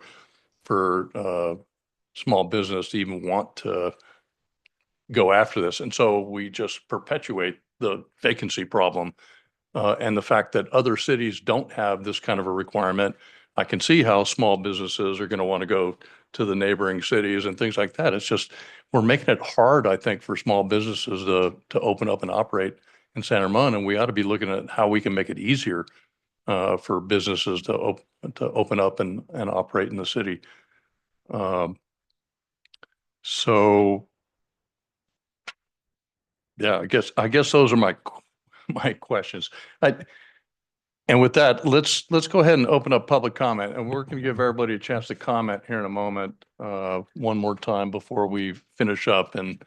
But I'm going to come back to you, Cindy, in a minute on process in a moment. But let's open up public comment on this item. And do we have any speaker cards? We do one from Byron Day Erica. Right. Hi, Byron. Good evening, Mayor Armstrong, Vice Mayor Veros, honorable council members. My name is Byron DeArcle, representing TRC. We are the owner and operator of the marketplace in San Ramon. Appreciate the opportunity to share some additional thoughts apart from those that were in the TRC federal and ROIC letter that we submitted jointly last Friday to all of you. Last April, a majority of your planning commission provided input to staff recommending council adopt or abandon actually the 39-year-old policy limiting non-retail uses at San Ramon shopping centers. And we agree with that recommendation. We acknowledge the city's vital interest in maintaining a sales tax base that's reliable and sustainable. But for shopping center owners like us who are investing significant capital to reposition older centers, the current restriction creates a competitive disadvantage as we work to cultivate the kind of tenant mix consumers want in the places where they shop. It's sort of like running a foot race wearing snowshoes. The restrictions, and particularly the gauntlet of findings one must make to even hope to overcome them, is an expensive barrier to entry for prospective non-retail tenants that adds time and costs, but no certain positive outcome. So they find homes elsewhere, in jurisdictions that have no restrictions on non-retail uses. What's worse, food and beverage uses, the restaurants that drive a major share of the sales tax revenues in today's shopping centers, follow them. They know that the foot traffic non-retail uses generate, spas, salons, tutoring centers, fitness centers, eye care, daycare, that's where their customers go. So they will then locate to shopping centers where those non-retail uses are, because they know when they come out of the spa or pick their kids up from school or whatever, they'll go get something to eat. So in old centers where there are lids on non-retail uses, vacancies become very challenging to fill, even with traditional retail tenants. What we know from our experience is that consumers do not want to bounce around from one center and one town to another to take care of daily needs and to access personal services, dining, and entertainment. We believe that abandoning the city's existing restrictions and letting the market work to create shopping, dining, and personal service environments that today's consumers want will help build the reliable, sustainable sales tax base the city needs. Thank you very much for your attention. Thank you, Byron. And yes, we did get your letter. Thank you very much. Any other speakers? No. Okay. Written comment other than what we mentioned? Not for this item, no. Okay. All right, then it's kind of back to the council for discussion, but let me kind of pull Cindy back up. In terms of process, what are you looking for from us? Because it wasn't clear to me are you looking for us to say, have a motion and a vote on eliminating the policy, or to changing it to 45, or to having a range, or, are you looking for us to provide that kind of direction, or you just want to hear our comments in general? So in order for us to implement the general plan policy, which was to evaluate and update as needed, we needed to do this analysis. Right. Now that the analysis has been done, the zoning ordinance is what dictates the process to allow for a shopping center to exceed 25%. In order to amend the zoning ordinance, staff would have to write what those changes are going to be. What we're asking for this evening is if there's some direction that the council can tell staff, how would you like to see the policy updated to reflect your considerations for non-retail? Then we will prepare those edits to this section of the zoning ordinance. And then zoning ordinances require planning commission review and then a recommendation ultimately to the city council for review of the zoning ordinance before it can be adopted.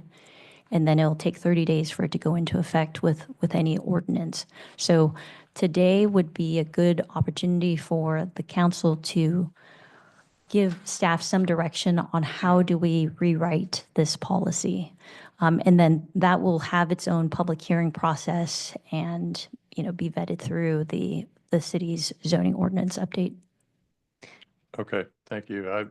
For me personally, I've kind of struggled with this whole idea of, do we reduce the potential, 25% non-retail limitation versus we're trying to increase sales tax, generate sales tax revenue. So it's kind of a struggle for me. But having said that, I'd probably be more inclined to go with just removal of the limitation altogether.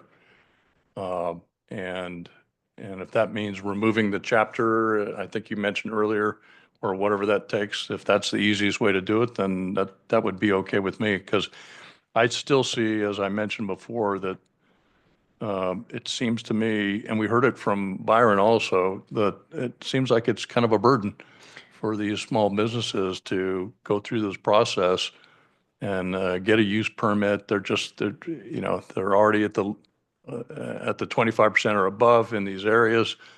And so they got to get the use permit. It's a long drawn out process. It's just seems that it'd be a lot easier for them to just go down the road instead of setting up in San Ramon. And I think we ought to be looking for ways to reduce the burden on our businesses and potential businesses instead of increasing that burden. But that's my thought, and I'll kind of defer over to Councilmember Rubio. So I am not opposed or for yet on that. I mean, it's either or. I mean, I personally mentioned earlier that I need a little bit more information to feel comfortable with whatever that decision may be. Like I said, I would really love to see maybe a couple more points just to get a sense of what that projection is. Which way is it trending? If we go 55, 65%.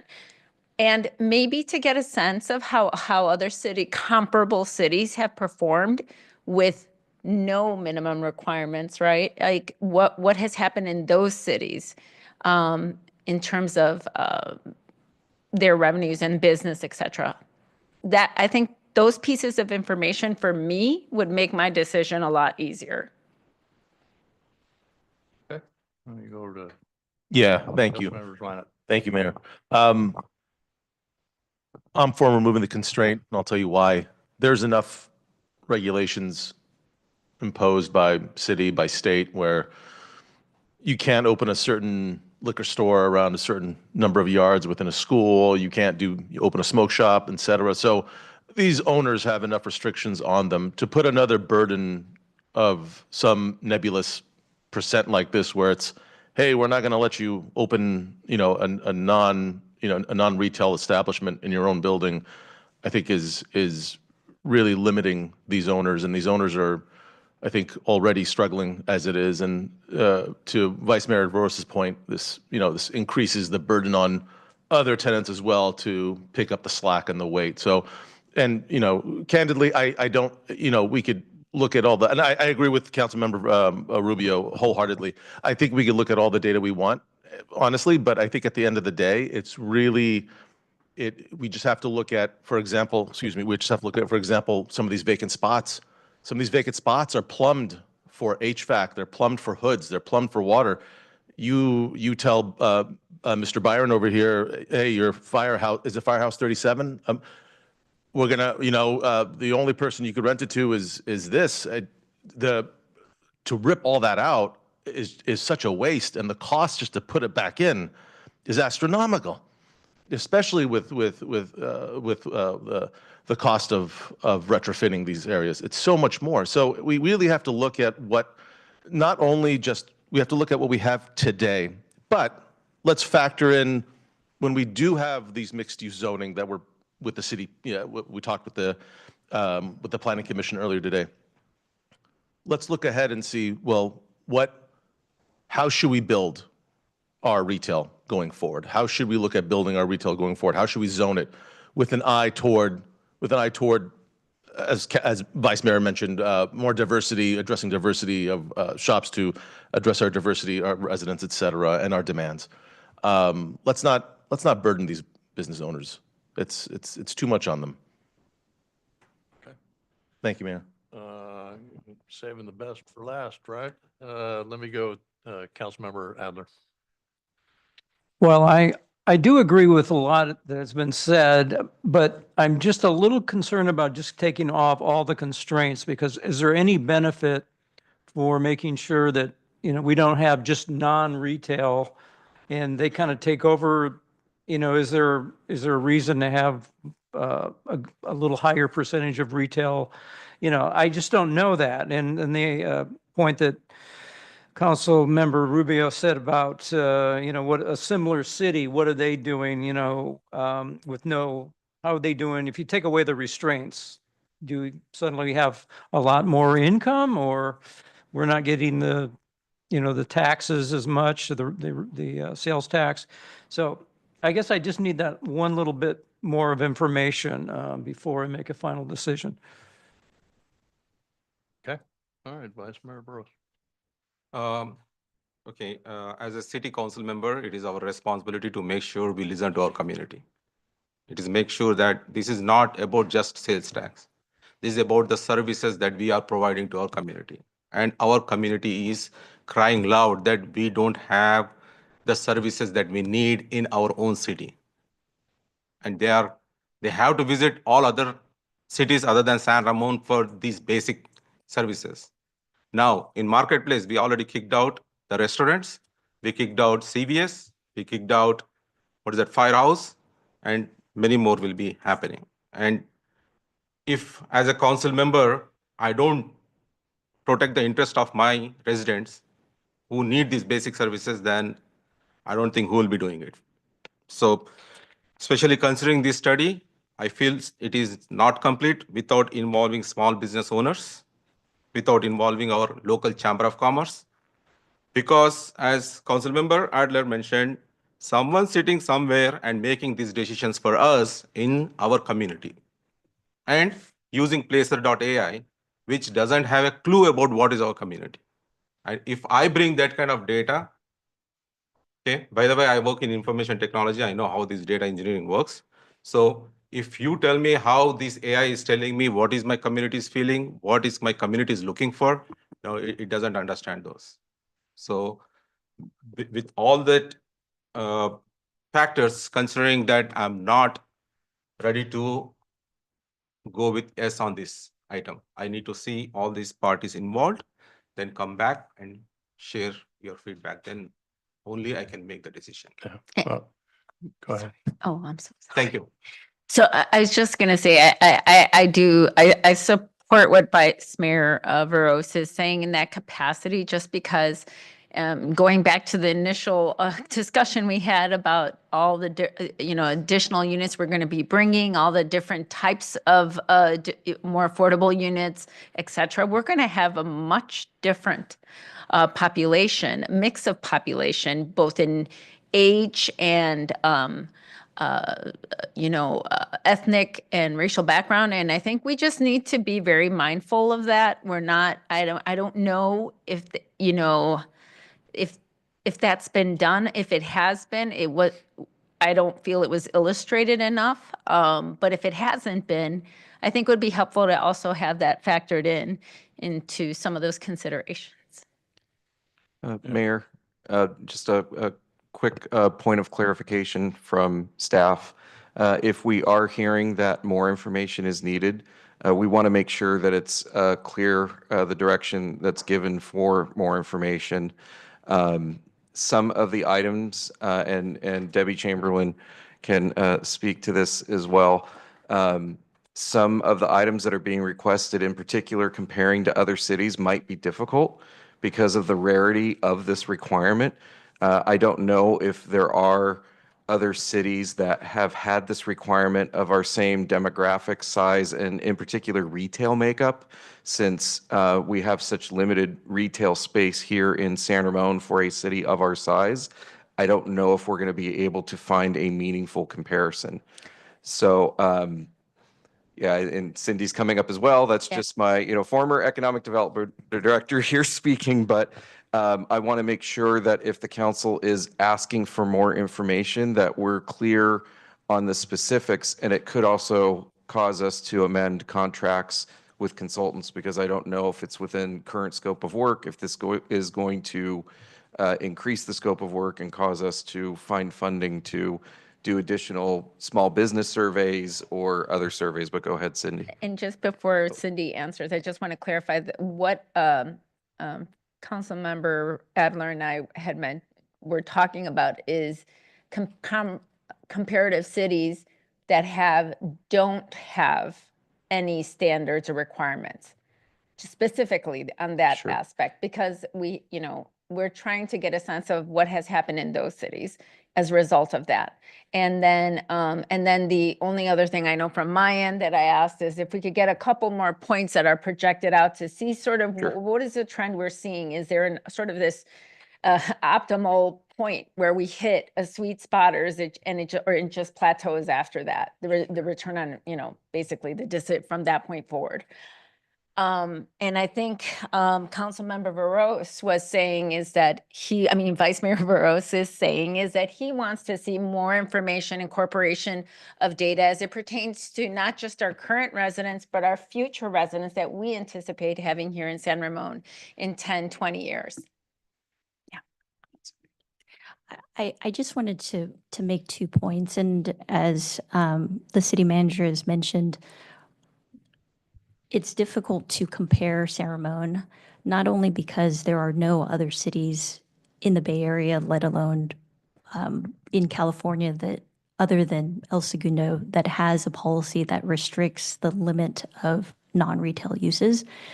But it's also difficult to compare our city to any other city, even if it's by size, location, and also retail centers that are in surrounding cities really impact whether or not vacancies or cost per square foot or generation of how much money those centers are getting is very unique to individual cities.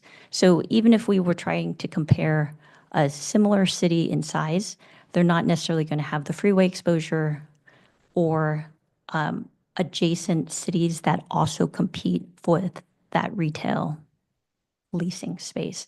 And so that's the reason why we tailored our study specifically to the impact of changing percentage on a city's retail sales tax. That's something that can be defined in a study. So And then maybe if you can't do that, what you can do is apply the same analysis, the same approach, right?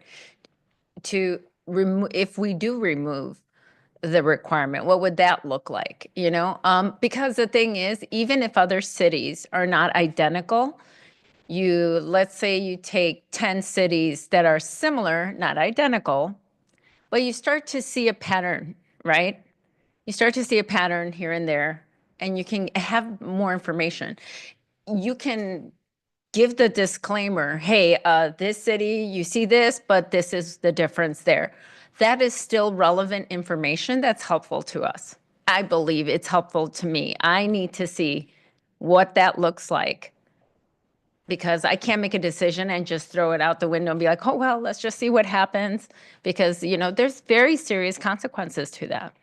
And I think the point also that we want to make sure that we're clarifying, that would be a significant amount of work, because so many factors go into the economic development of a city.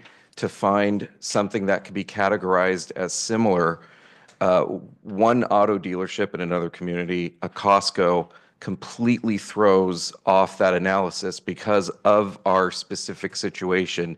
Every city is very unique, and we are more so in terms of our size and the lack of retail opportunity.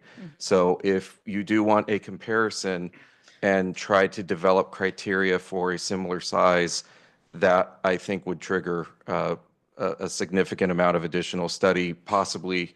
I don't believe it would be under the current scope. We might have to go out again for another contract to amend the analysis. I just want to make sure that we're clear about the amount of work that's going to be going into the additional information. I understand. And I think I also gave the option that you can use the model that you've been using, right? To predict what 3540, the impact of 3545 would be, to also predict what it might be without any of those restrictions. So Yes. we need information. We need information at all those proposed levels to better make a more informed decision. It's a very important decision. I would not feel comfortable rushing or pushing it through just to get something done, Sure. in a hurry. Sure. And that's why I'm trying to get clarification. I think the 35, the 45, the 55, that's relatively easy to model with the data that we already have. But then if, in addition to that, we would like small businesses, if we get direction for interviewing small businesses, how we would go about that, that would be extending the contract and more. And then in addition, a third data point with the trying to compare cities, that's another larger Right. So reach. yeah, and I hear you, by the way. I do get what you're saying. So what I am proposing as an amendment of alternative to that is that we can, my original ask is 2 additional points. So I don't know, you could pick 55, 65 or 55 and 75, right? And then pick, using the model you have been using to make these predictions, right? What would happen if we removed all of, just got rid of it? So, and that would not require anything I don't further think that than- would require any additional. Yeah. Yeah. Okay. Go ahead. So yes, just evaluating different percentages, that's very easy to do. But I don't want to raise expectations that you're going to get some surprising answer, because the way the assumptions are set up on our model, it's basically going to show it's better to have a higher percentage of non-retail. The reason is that we're projecting that there would be, in the absence of that policy, there would be persistent vacant space. So in our projections, we've already filled up as much space with retail uses as we believe there's demand for. So changing that percentage of non-retail is not going to displace retail uses. It's just going to allow space that would otherwise be vacant to get to a higher occupancy level. So under the assumptions we've got, the higher you go with the non-retail, the lower your vacancy is because you've got space to fill, you've got tenants to fill space that wouldn't be filled with retail uses anyways.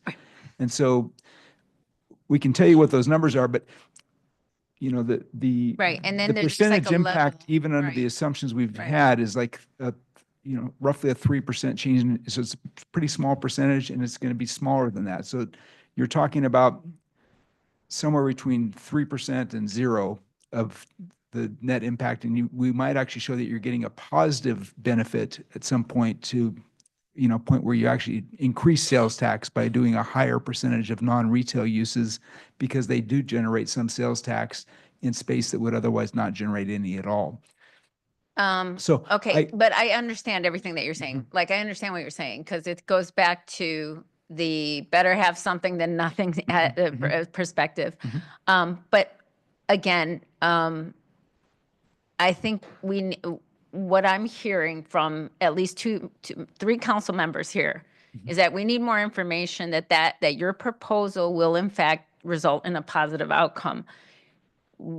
I also hear what our city manager is saying, that, we kind of got to work within the constraints of what, we can work with. If there is a way that you can put together something to give us more information of what that would look like, the proposal that the mayor brought forward, if we removed it, and Councilmember Joinet, right? We need information about how that has, sort of just something to go on, because right now I don't have anything other than, this is sort of what we would, and, Well, I don't want to be argumentative. But I'm just trying to help focus on what we understand now and what we could add to that. But I just want to make sure we're not talking about doing things where we're really not going to get additional information that's right. relevant to the So question. I'm So, for giving you example, some the of that question purview about there. other cities, that's a really an open-ended process, because then it becomes, what cities do you compare yourselves to? And the decision that's on the table now is just about the factor of, do you have a restriction on non-retail uses, or do you raise that percentage or take it away? No other city has that, so you could find cities that are doing better than San Ramon, cities that are not doing as well, and that's not the reason, because they don't have that. So there's a dozen other reasons why a city would be more successful for retail space that have nothing to do with this policy. And to really present a fair analysis of that, you'd have to take all those other factors into consideration, and it's just a pretty major process that I don't think it's really helping the question that's on the table now. So what you're saying is no other city has a requirement. I'm not aware of them. We could certainly research that. As we've mentioned, the one example in Southern California, El Segundo. I'm not aware of others. We could look into that, but that's, I guess I would say, no other city may have that specific requirement. There are other policies a city may have that make a city more or less business friendly for new retail startups, but have nothing to do with the question that's on the table. So you'd have to take all those into consideration and even then it would be not, I wouldn't say it wouldn't be a definitive comment on this particular policy. So we're certainly open to the idea of doing additional analysis. I just don't want to raise the expectations that the types of things we're talking, that you're asking about would really, we could come up with definitive answers that relate to this particular policy that we're talking about tonight. As I said, I've got all the information I need. I don't need any more information. I would go with the planning commission recommendation. I think we need to fill the vacancies. I see the vacancies. Let's fill the vacancies. Let's drive foot traffic. Let's get that foot traffic to increase some of the retail that we've got and move on. That's kind of where I stand. But if the staff has the direction they need from the other council members, I definitely need involvement of our We need Chamber more. of Commerce in this study, and also take the sample of small business owners and get the feedback from them in part of this. Is that something possible? I'll take staff direction on it. We can certainly do that, but I'll take staff direction on what they would like us to consider there. When we talk about small business, there are small businesses that would be benefited by this in the sense that they might be the type of business that's not now allowed in a retail center that would like to come to San Ramon to serve the market. And as I've indicated, we don't believe that this is a question of displacing other businesses because there's vacant space now that's not being leased. There will continue to be vacant space under the projections we're showing as far as demand for other uses. So if those uses are not coming to the city, it's not because of this policy is protecting them and somehow keeping space open for them that wouldn't otherwise be available to them based on our assumptions. But I'm absolutely respect your concerns about this, and we could add those elements to the study if that's the direction from the city. All right, Debbie, do you want to try and wrap it up? We'll see if I can. So I hear what the council is saying, and the definition of a small business is very different. In a retail center, it could be a tutoring center, it could be a CPA. So that's a really hard survey to gauge, honestly. And I'm not sure it would give a lot of meaningful data at how to address this non-retail issue we have, because what's happening is with the vacancies in the center, the revenues aren't there to support the centers. And as we're seeing, centers are declining in maintenance from code enforcement cases that are up. We're all about maintenance of centers, and we target, as I said in the past, 1 to 2 centers a year to get them to the maintenance. But there's also budgets that they have to prepare to get this maintenance done. And so the longer the vacancies exist, the maintenance is deferred and the shopping centers still continue to fail. So we can certainly work on the data points, and if it's okay, we can wrap that into our planning commission discussion with them as we move this code amendment forward, if that's acceptable to the council. We can maybe have a general discussion on the outreach that we've done to support this effort that's been going on for almost 3 years now. And the other possibilities, zoning codes can be amended from time to time also. So it's not that this is static. And so as we see trends changing in the future, as we see our community growing and the demographics changing and our residents coming in, there's nothing to say that with another general plan amendment or a zoning text amendment, we cannot come back and revisit this issue. So I just want to give that for food for thought too. So I guess then the question is, do you need us to make a motion? with that, do you have what you need? I believe we have direction. I'm hearing that the council would like more information, and so if I can quickly summarize, we can get council the information, maybe model 55%, 60%, try and show that curve. I that would you were- prefer a little bit more spread, like if we can get maybe something like 55, 75, Okay. that gives us a little bit more stretch, Great. And then I'd like to get some more clarity or some crystallization of what we project would happen. Sure. If we removed Yep. it all, Great. So, and I think that just would, and then include the other part component was what my Vice Mayor Barosa's concern was with consideration for the current and projected diverse needs of our population.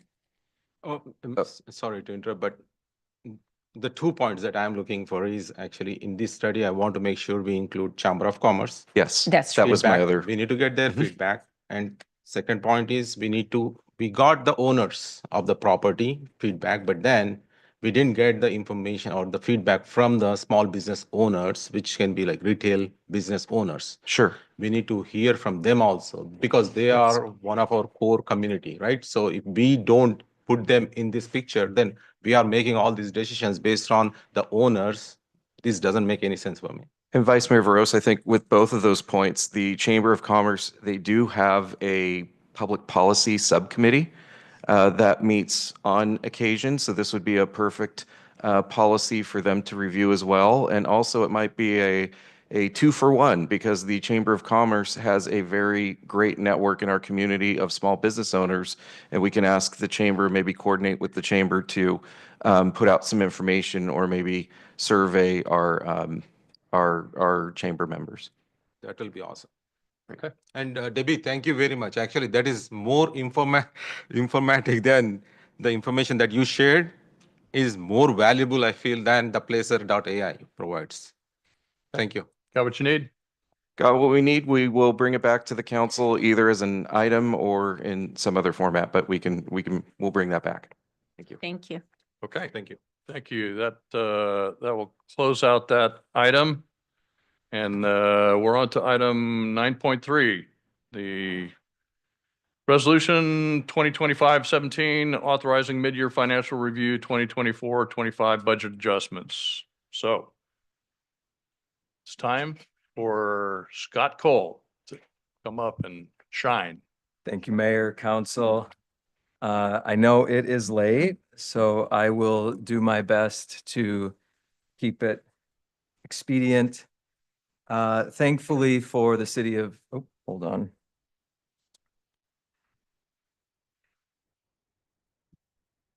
Give me 1 second while we get the presentation up.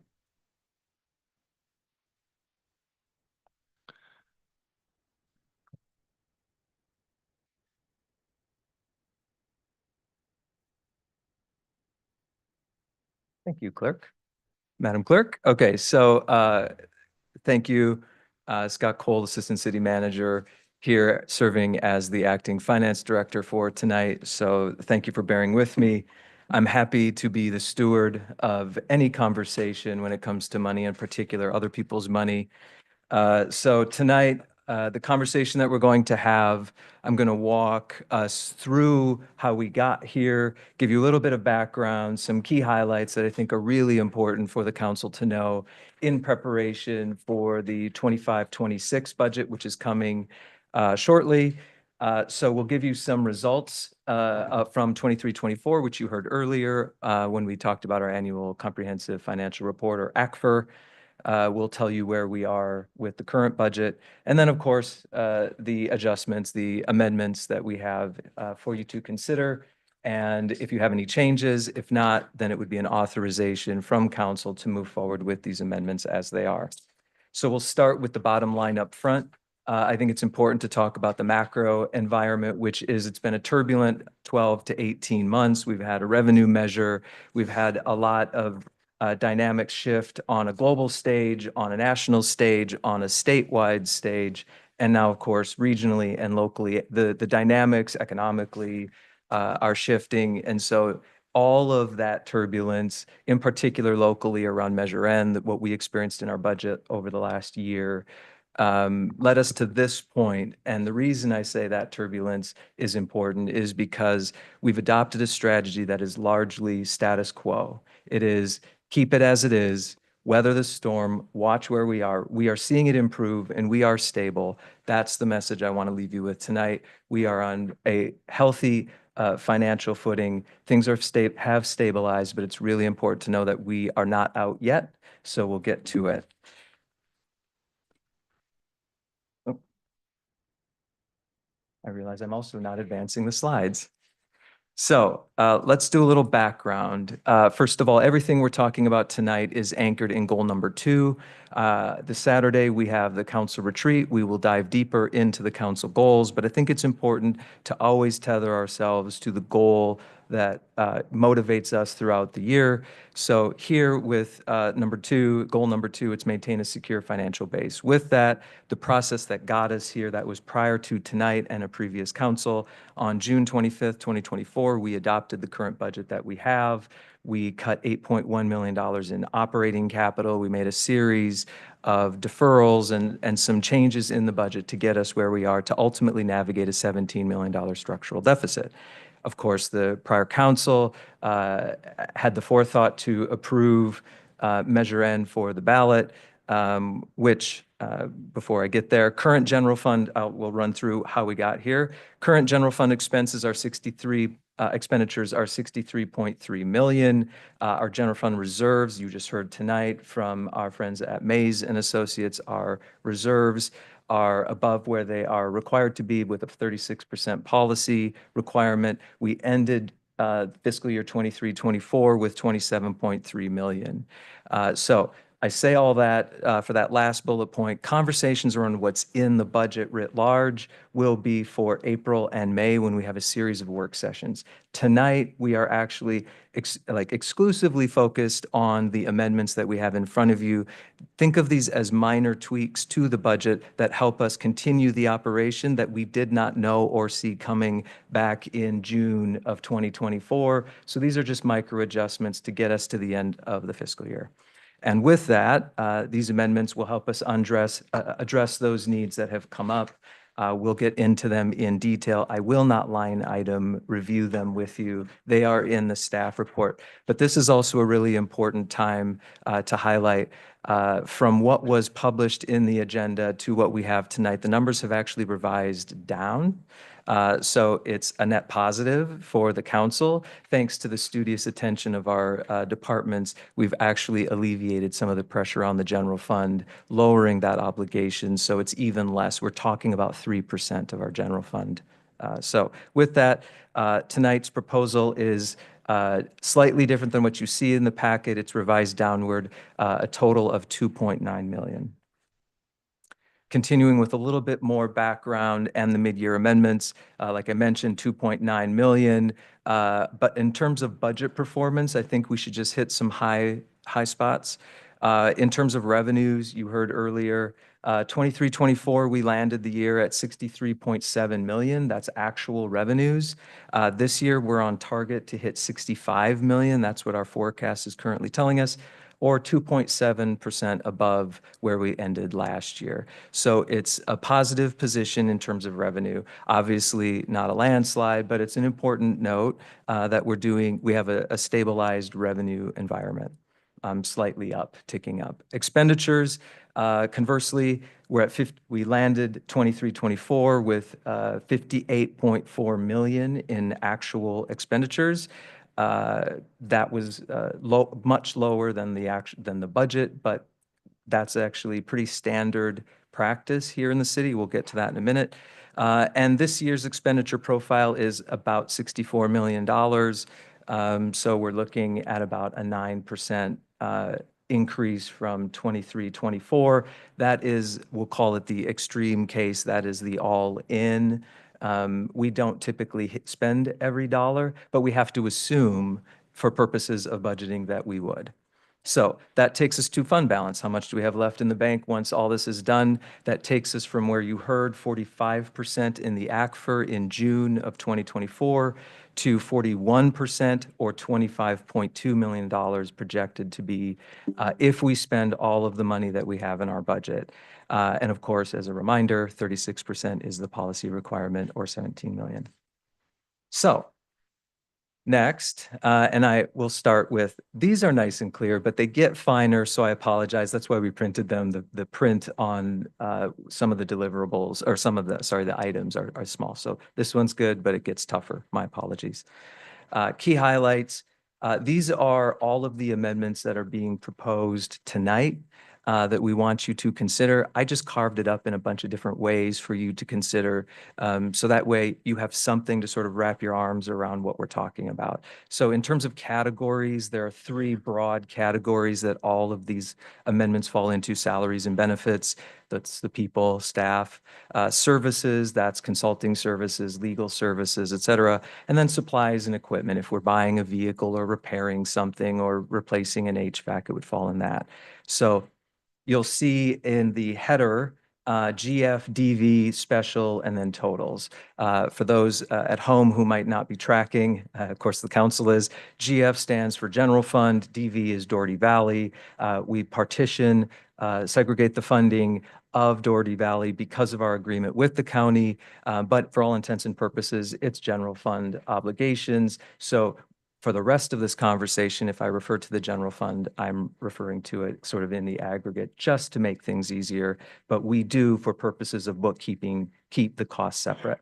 Special is a series of smaller funds that pay for lighting and landscape or fleet or risk management. So we just call it special because they're smaller. They're not as significant as the general fund. So here is a table that lists all of the requests in front of you tonight. I highlighted in red the general fund just to show you that really what we're talking about with a total of 2.9 million, we're talking a substantial amount of that money becoming a request going for, I shouldn't say substantial, it's a 2.4 million, but it is a general fund ask and the rest are smaller requests from these special funds. So I won't go line by line. I will draw your attention to the general fund. It's in red. It's Fund 101. We are asking for an appropriation amendment to the general fund of roughly 1.7 million and Doherty Valley just north of 800,000 for an all-in amendment of about 2.5 million. And then, of course, the rest of those we will walk through in a minute, but I just wanted to highlight all in one what funds are impacted in the requests that you have in front of you. Next, it's by department. I think this is a helpful metric because, if nothing else, everybody that is here tonight can speak to what's behind these amendments, but it's helpful to see it by department. Not much in the way of the city manager's office. The allocation to general fund versus Doherty Valley is because of a police assessment. We'll get to that. We're actually doing this, as the council knows. We've had a series of department assessments from a company called Municipal Resource Group. Thank you to the council for authorizing that contract. We've gone through and effectively used MRG to help us leverage industry standards to say, where are we versus a kind of comparison to our industry similars, essentially. The one that is notable on here, well, they're all notable for different reasons, but specifically the large driver is, of course, the police department. Objectively, it looks like a big number, but actually it's something that happened in a previous council. We'll get there in the last council. But what's driving that is POA contract costs that we had already approved last year. So while the number is large, it is important to note that it was a decision previously established by council. So here they are specific. That last one was all funds. This one is by just general fund impact. So we're kind of digging in a little bit deeper into the general fund by department. Total asks are 2.5 million. It's slide 8, if that helps. So this is just a specific view of the general fund. We will get to the details behind each of these, but this is just another sort of representation of just general fund for the departments. Here is general fund broken down by category. So how much of it is going to salaries and benefits versus services and supplies, and not real surprising when you have labor contracts involved. 57% of the ask that we have is labor costs. Services being 39%, and then of course 5% for supplies and equipment. The next slide is where we get into the details that I think are helpful. And you'll see the second column says discretionary.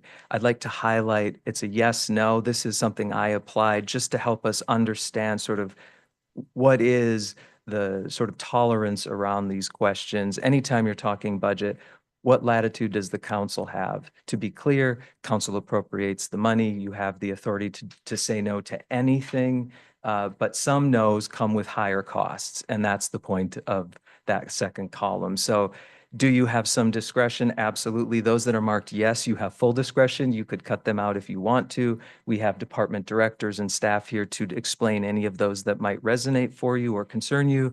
But I highlight the no at the very bottom. Given that the former council had previously approved the contract, saying no today would just create a series of unfortunate events.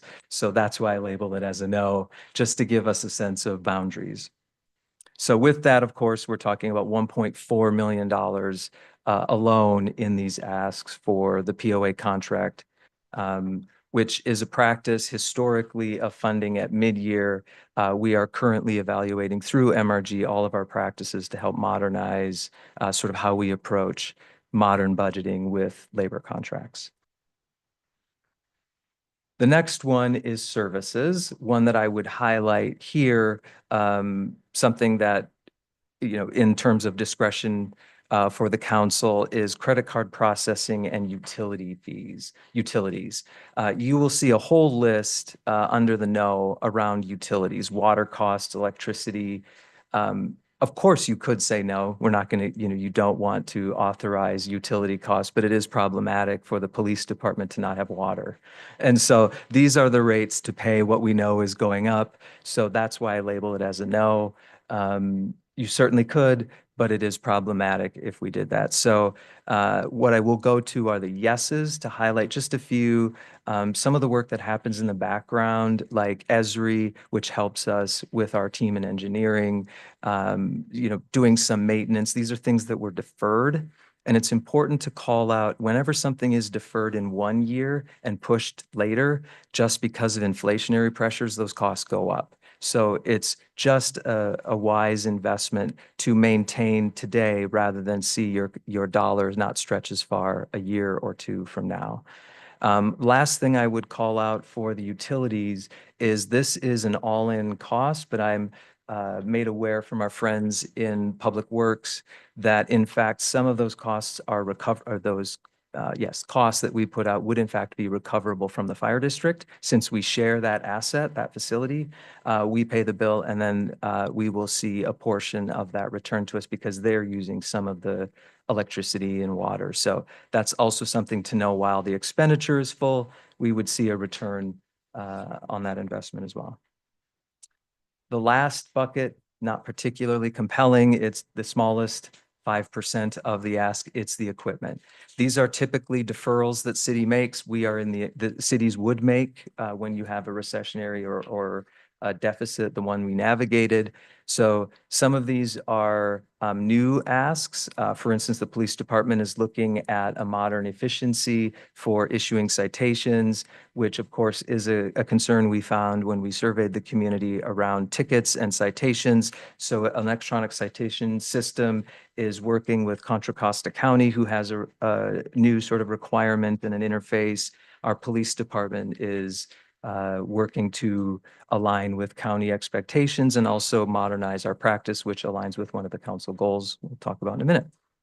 And then our friends in Public Works are replacing some vehicles and doing some of the routine maintenance and keeping us looking as good as we do here in the city. So that's a high level. Obviously, there's a whole lot more inside the packet, a lot more detail. We will do a deep dive into the budget that is today and the budget that we have in store, the proposed budget that'll be coming for 25-26. So while I gave you a breakneck speed review of your current budget and the amendments, know that we will come with a much deeper dive in about a month and a half-ish, excuse me.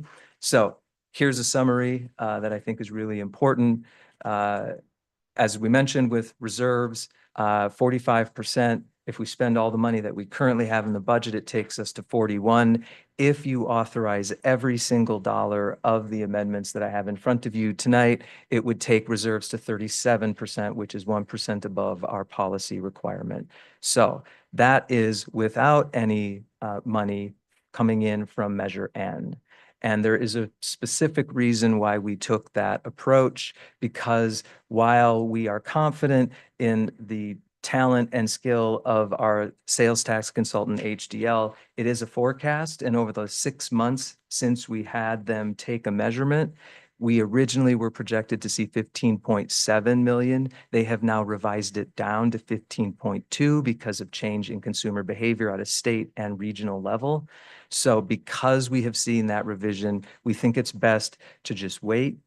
Just like I talked about with the turbulence at the beginning of the conversation, we should pull ourselves back, take a beat, let the money register, and then come back to council with a one-time expenditure or a plan on how we would address some of the things that we deferred in the last budget. So to walk through specifically, if council approves the 1.7 million to general fund and then the $800,000 to Doherty Valley, all in 2.5, it would take reserves to 37%, which is above the council mandate of 36%. So I did review some of Measure N, but I think it's worth reiterating for those at home who might be watching. Thank you for staying up late. Ballot measure passed in November with 56.2%. The council put it on the ballot. It was a 1% transactions and use tax. People often just call it a local sales tax. That's easy, but if you want to get technical, that's the terminology. The original revenue estimate, as I mentioned, was 15.7. It's now been revised down to 15.2, or roughly a degradation of about 3% or 500,000. We have done as I mentioned, no programming of Measure N funding at this moment in time, but we certainly will be talking about it with a plan for any future revenues that we would see once the tax becomes effective, which is helpful to note for those at home. April 1st is when it officially takes effect through June. So we have the last quarter of the fiscal year that is of relevant measurement. So we'll see where that takes us. And then, of course, it's no finance director would be, I would be remiss if I didn't say that we left some things, we deferred some things, in particular, OPEB refunding. The policy requires the city manager to come back with a plan. We borrowed roughly $3.5 million. So before we talk about any one-time expenditures, we should always think about doing the responsible thing, which is why I started with goal number 2, goal number 2 being a secure financial base. So if we have money that becomes available for Measure N, I would, of course, offer up that we evaluate those things that we deferred, in particular, that would help us, as we heard in our act for PERS. It's a very turbulent environment. Any money that we set aside helps normalize the turbulence. So that's just, that's a shameless plug for saving for a rainy day. So last but not least, this is new. So I'm trying something a little bit different, but I wanted you to all see how we as staff view the world. You have given us the direction with goals, and in those goals, you've told us what matters to you. And I think it's really important to know every decision you make, we can tie to our goals. So what I've done here on this last slide is show roughly how these amendments that we are proposing tonight actually help fund the goals that we will be talking about on Saturday. But as they are today, it breaks down with roughly public safety mattering. It matters to the community. It matters to the council. Goal number 1 is a safe and secure environment. And tonight's amendments, essentially, that's putting our money where our mouth is at 68%. And then as we work our way down, QOL is just my fancy way of saying quality of life. But those services help advance quality of life. We're funding that at about 17% or $400,000. And you can see the rest, but I have to say the reason why the numbers were revised is actually goal number 6.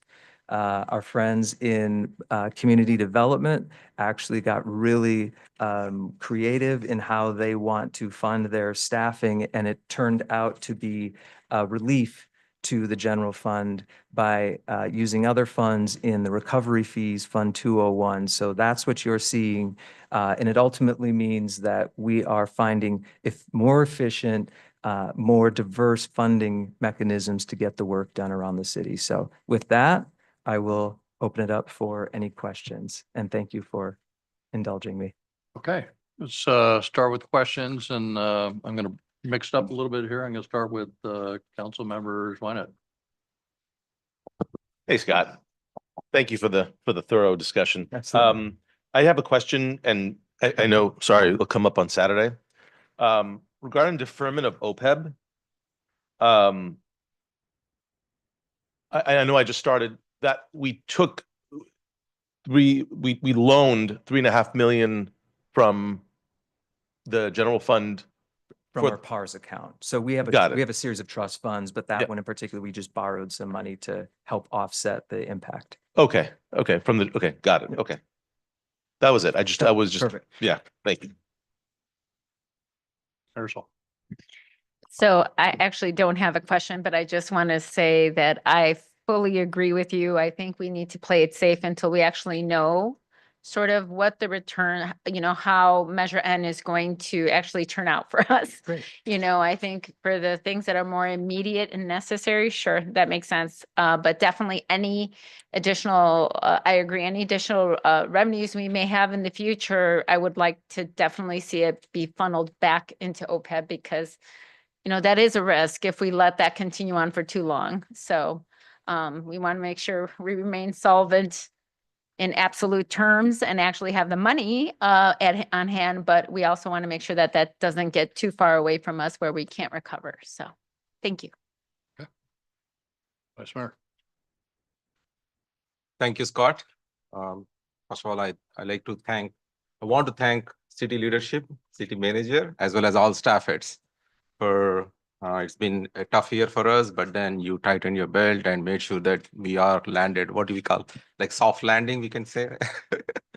So thanks for doing all this great work. And I like your strategy of conservative fiscal position, wait and see, as Council Member Rubio mentioned. So I like that. I have only one question regarding this. It's more about information regarding this police animal control. Oh, mhm. So county, when we see our paid tax, property tax, I do see that is animal control, we pay tax to the county, right? So is county don't want to do anymore that service? How is that working?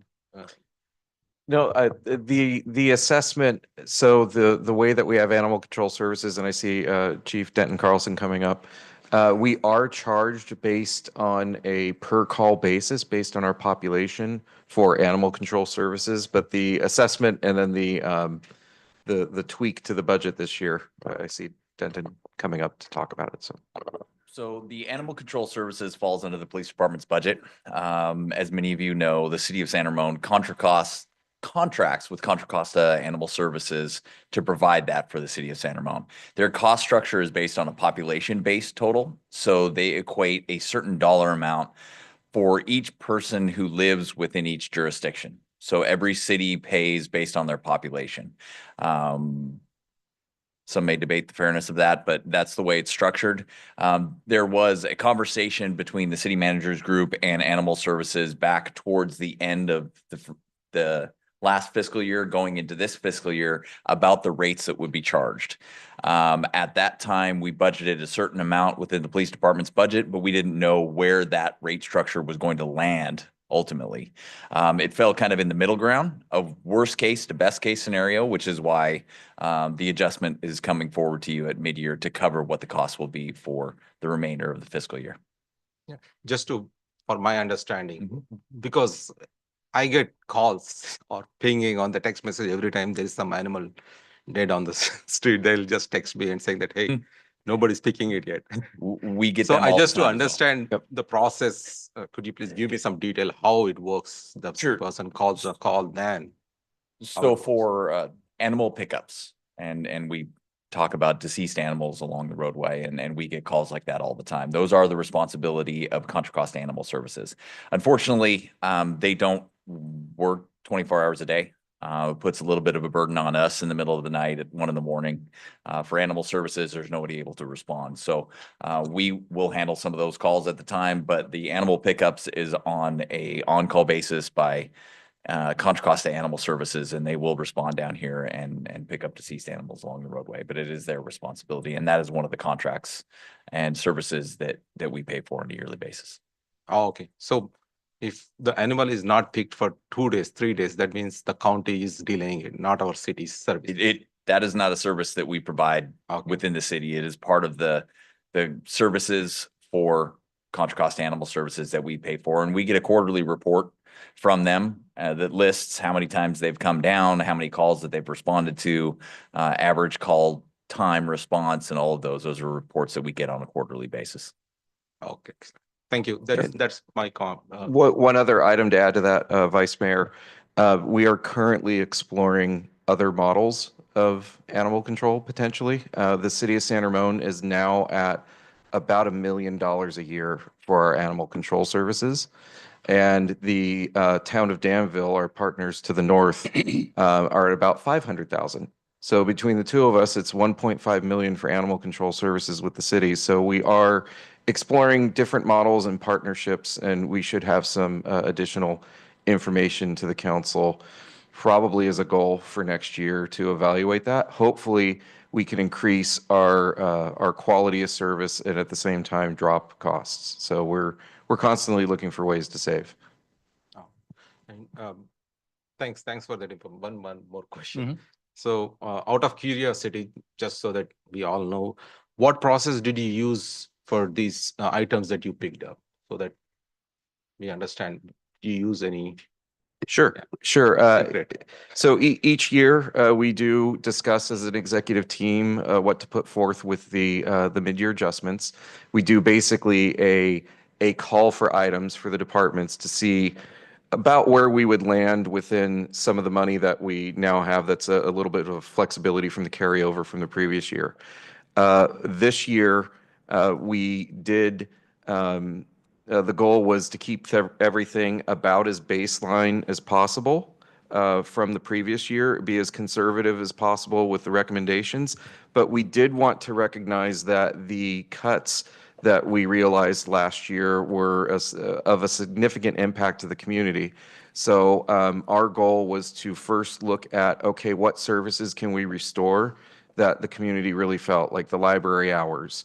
We didn't have a traffic sergeant position filled, and other positions that you see here, we believe were all pretty significant to the community. So we wanted to restore them at the earliest possible time.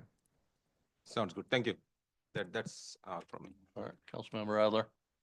No, excellent presentation, Scott. Easy to understand, and you.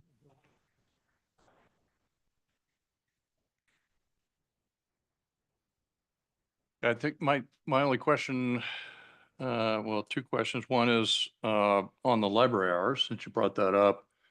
We're talking about restoring 10 hours. What did we cut? Was it 10 hours or was it more than 10 hours? And if it was more than 10 hours, why only 10 back in, and which library is going to get them?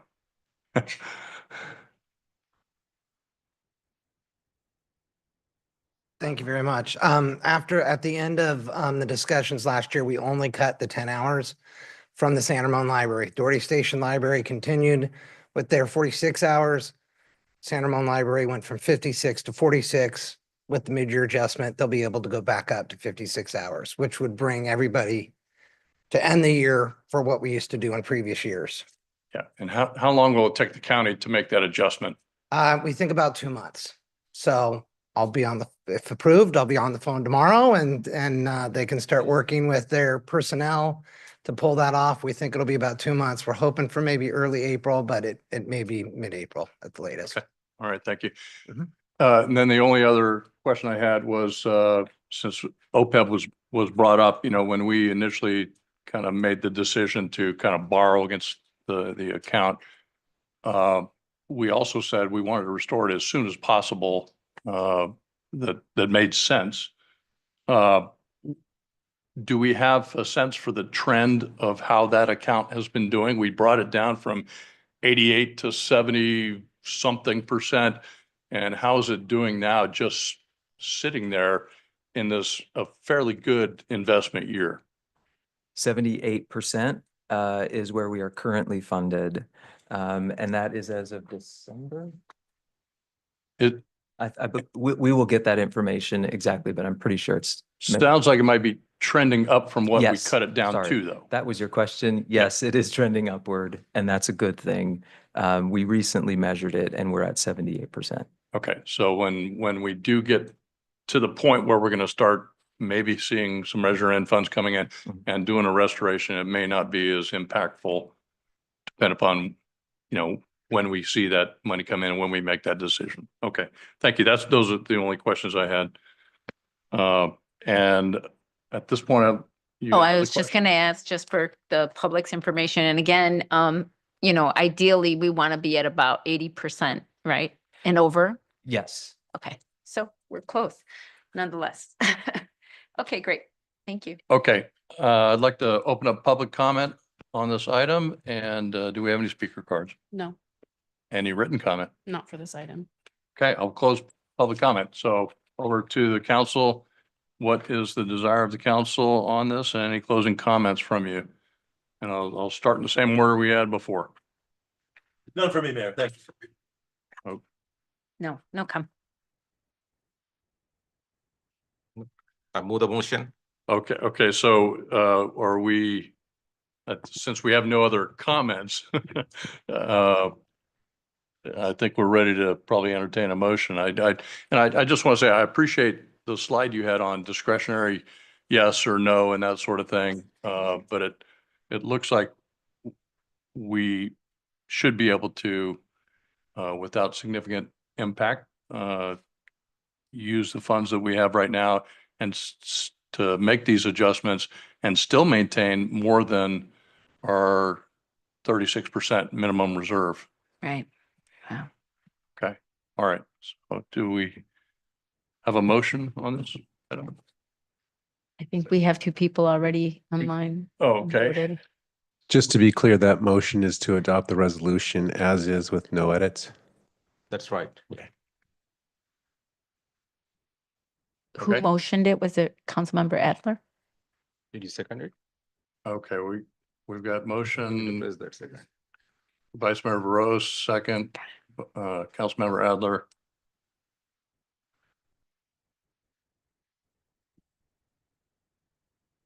Oh dear, I might have been premature here. Sorry.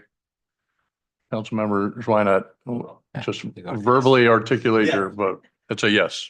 Please make the adjustment. What happens when you sit at the end now? Okay. Thanks, Joe. All right, council has approved that resolution. Thank you very much. It was good detailed information and appreciate that. We're ready to move on to our not the total final item, but item 9.4, consideration of and direction of staff on candidate selection to invite to a formal interview to fill vacancy on a planning commission. And do we have a report on this by the Christina Franco? A very brief report, yes. Okay. So this item is before you again. We're really looking, staff is looking for, is requesting direction from the council regarding the interview process and how many applicants the council would like to interview. We did receive 9 applicants by the deadline on January 5th for this vacancy that occurred in December. So right now we tentatively, based on council calendars and availability, we tentatively have scheduled Wednesday, February 19th at 4 p.m. for about 20-minute interviews per candidate. If you were to interview all 9 candidates, you're looking at about 3.5 hours of interviews, with interviews as well as discussion. Or we can, based on the discussion of the council, we can change or modify that time frame for each candidate interviews. So I'll turn it back over to the council for discussion. Okay, let's entertain any questions first and then take public comment and then we'll kind of get into the discussion realm. Questions? Yeah, I have one. What criteria have we used in the past for questioning commission members for this slot? Is there something already written? Is there precedent for that or nothing? Okay. There's not, no.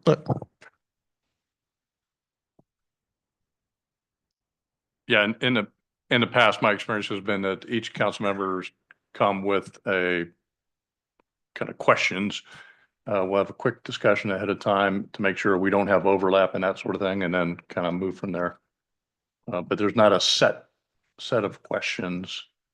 And we're giving them 20 minutes. Well, that's what we're going to talk about. That'll be in the discussion. Oh, I see. Any other questions? Okay, let me open up public comment. Do we have any written comment? No, Any speaker cards? not for this Okay. item. Close public comment. All right, what does the council want to do on this? I do have some thoughts myself, but I will hold it till the end.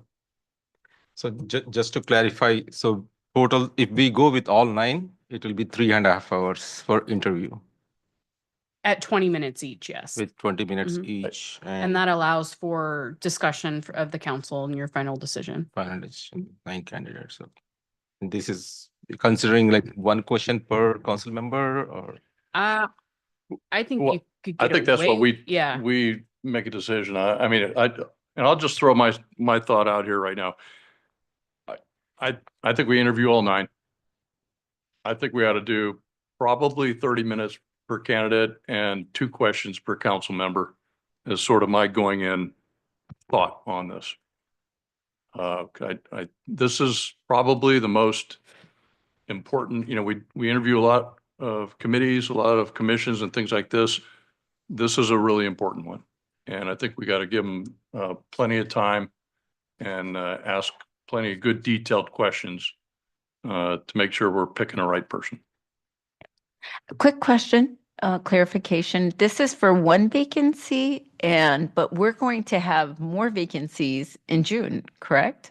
Correct. The normal recruitment period, we typically start soliciting for applications in May, June timeframe because there are 3 commissioners that their terms are expiring in June.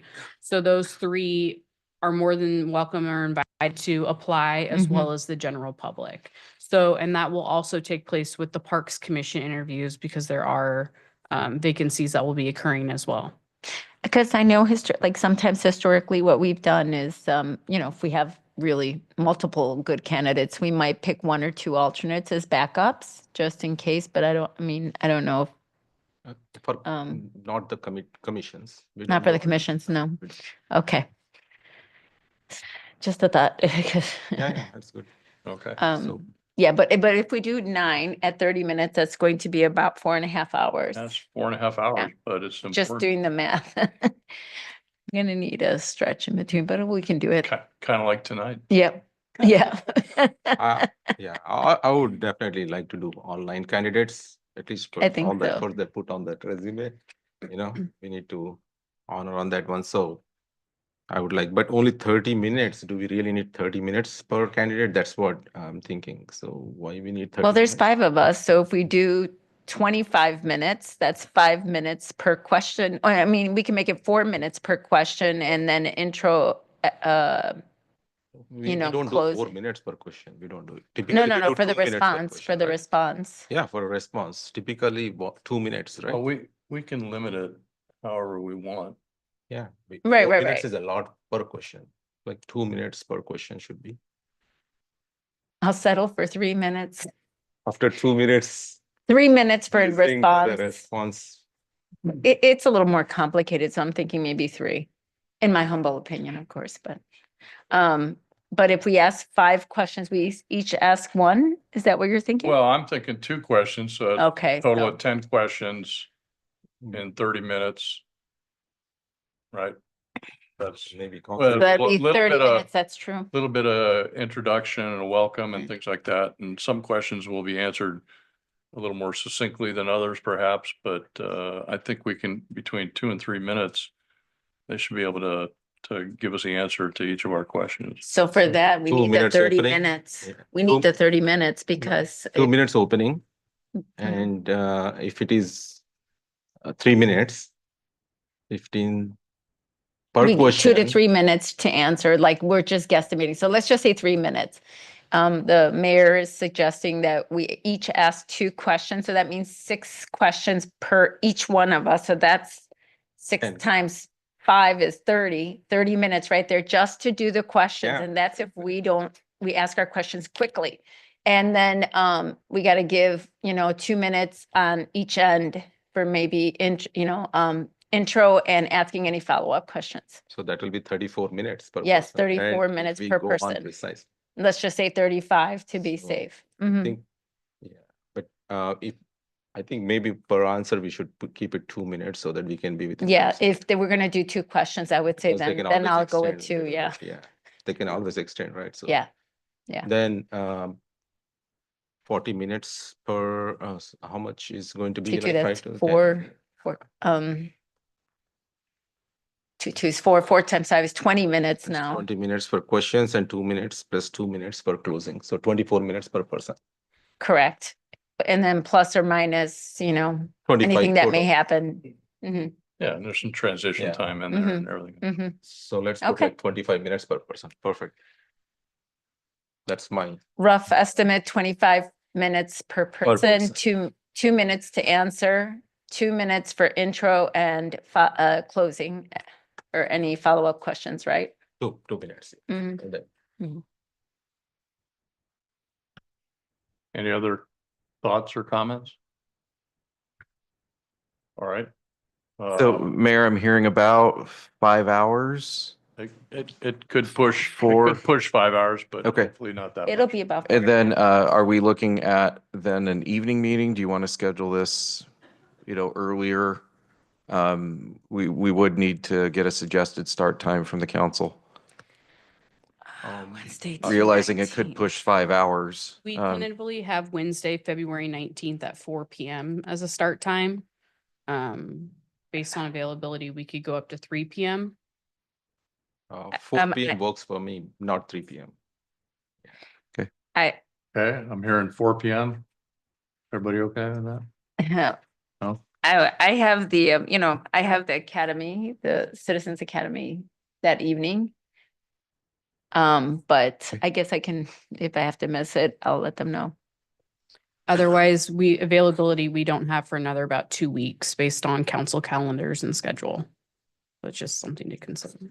Oh,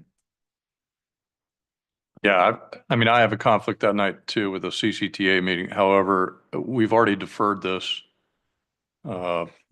just to go through this process and everything. I'm inclined to do what we can to get this completed as soon as we can and fill out that planning commission. so Vice Mayor Burrows, so 4 PM is the earliest for you? After that, anytime. Like Yep, that's after the 4, early. yeah. Okay. I'm for that. 4 PM is fine. Okay. Do you have what you need then? I believe so. Yep, I see nodding clerk head, so yes. Okay. All right, then we still have a closed session coming up, but maybe we can have some abbreviated item 10, city manager. What? We need to go public. I thought I did public comment on it. Didn't we do public comment? You did. Yeah. Okay. Sorry. Yeah. Item 10, city manager, city council member comments and matters initiated, and try to keep it succinct. It's already 10:15. We got a closed session to go into. Yes, Mayor, very briefly, State of the City, Wednesday, March 5th, the Chamber of Commerce will host. Go to sanramon.org for more information, and that concludes my report out. Okay, thank you. Councilmember Schweinert? Thank you. I'll be quick. February 1st, I attended the San Ramon Cricket Association Annual Day Celebration with Vice Mayor Veros. That was an awesome sight. For those out there, it was at the Doherty Station Community Center, Community Arts. It was packed. A lot of people, a lot of awards. And if you don't have, if you've never seen cricket, go on Netflix and watch India versus Pakistan, and you'll really understand the passion behind the sport. February 2nd was the Chinese Lunar New Year parade. I attended that with all council members here. That was at the city center. Really lovely event. A lot of festivities, even in the rain. It was a packed house.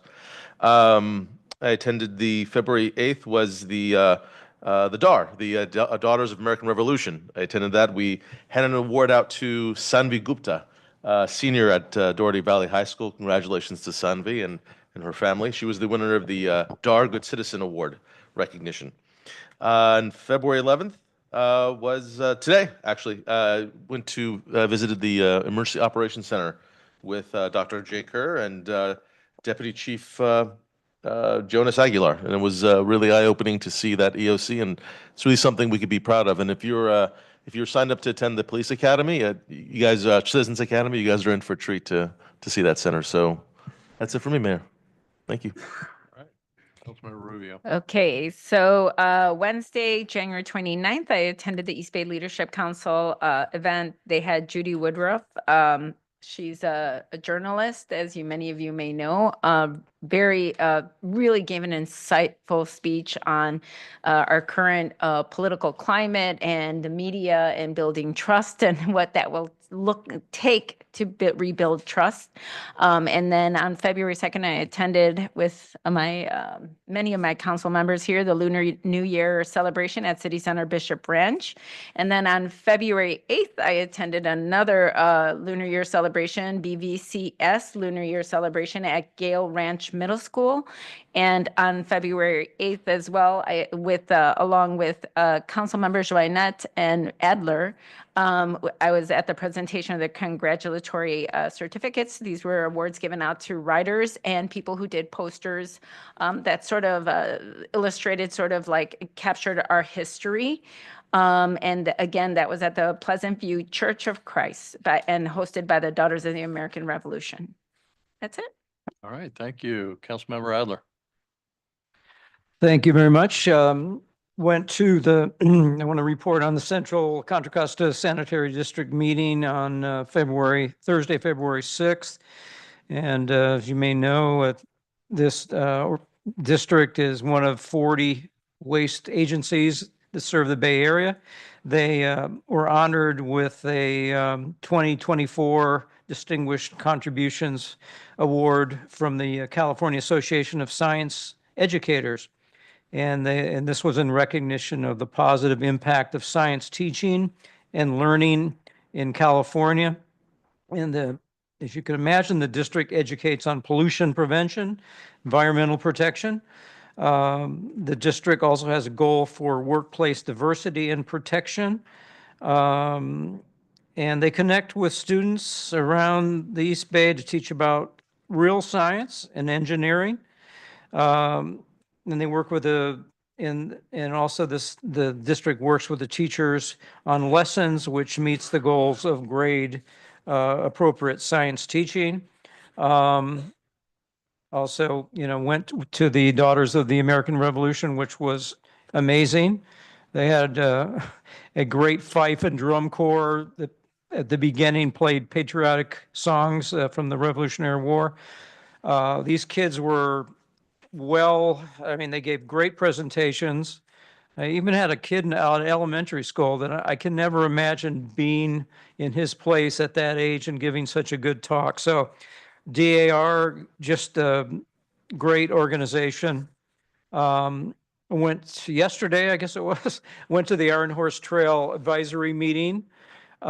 Chris Weeks from our city, Transportation Division Manager, discussed the Bollinger Canyon Pedestrian Bridge, which, as we know, is the purpose of that is to improve safety by eliminating conflicts between pedestrians and bicyclists and encourage pedestrian and bicycle usage along the Iron Horse Trail, and also increase trail use by the nearby schools by improving safety. The one great thing about it is that the work has been on time and on budget. The bridge is a gateway to the city, and it's kind of our statement to the citizens of San Ramon and those that visit. It's an aesthetically pleasing bridge, and it's scheduled to be completed by August, but I'm being told that it may be completed sooner. So they're still working on. They put in a temporary safety handrails, but they need to do the permanent handrails. And they've got an anti-graffiti coating of paint. Next comes irrigation and soil work and landscaping and so on. So it's coming along. It's really something that's, as a citizen of San Ramon, I'm proud of that structure and how it's come about. So that's it for me. Okay, thank you, Vice Mayor Veros. January 26th, attended Culture and Community. It's a Doherty Valley Station. Thanks to San Ramon Parks and Community Services Department for such a great organizing the event, as well as helping them to run such a good show within the community. So we could able to enjoy all the diversity of the cultures in the community. And also, I know Council Member Junet as well as Council Member Rubio was there for that event. And then February 1st, attended San Ramon Cricket Association 17th Annual Award Ceremony. They were pretty packed. And once again, thanks to our Parks and Community Services Department for making the Doughty Station as now hub for people to use that facility. In the past, I never remember going there so often, but nowadays we get to go there quite often. So thanks for all your good work on that. And then February 2nd, Lunar New Year celebrations at our Bishop Ranch. Even though it was raining, but it was packed by the crowd. So it's amazing event and that shows that San Ramon, how we celebrate our diversity. That's pretty much. Thank you. Okay, thank you all for your reports. And I really don't have a report. I was on vacation, so, since the last council meeting. So we will close out item 10, move item to item 11, closed session. We are going to convene the closed session pursuant to Government Code Section 54956.8 for the City Council to instruct its negotiator, Stephen Spadowski, on issues of price and terms of payment related to sale or exchange of real property, San Ramon Transit Center located at 7051 Executive Parkway, and proposed Bishop Ranch Transit Center located at 2461 Camino Ramon in San Ramon. We will be back to report out on that closed session when done. So at this time, Prior, Mayor Armstrong, I'm sorry. Oh, public comment. public comment. Yes. Yeah. Before we do that, we will take public comment. I will open public comment. we do not have any speaker cards for this item, but you did receive written comment from Brian Swanson, and it is before you this evening as well as in the back of the room. Yes, we got an email and a written from that individual. That's it? Yep. Okay, we will close public comment and we will be back to report out later. Thank you.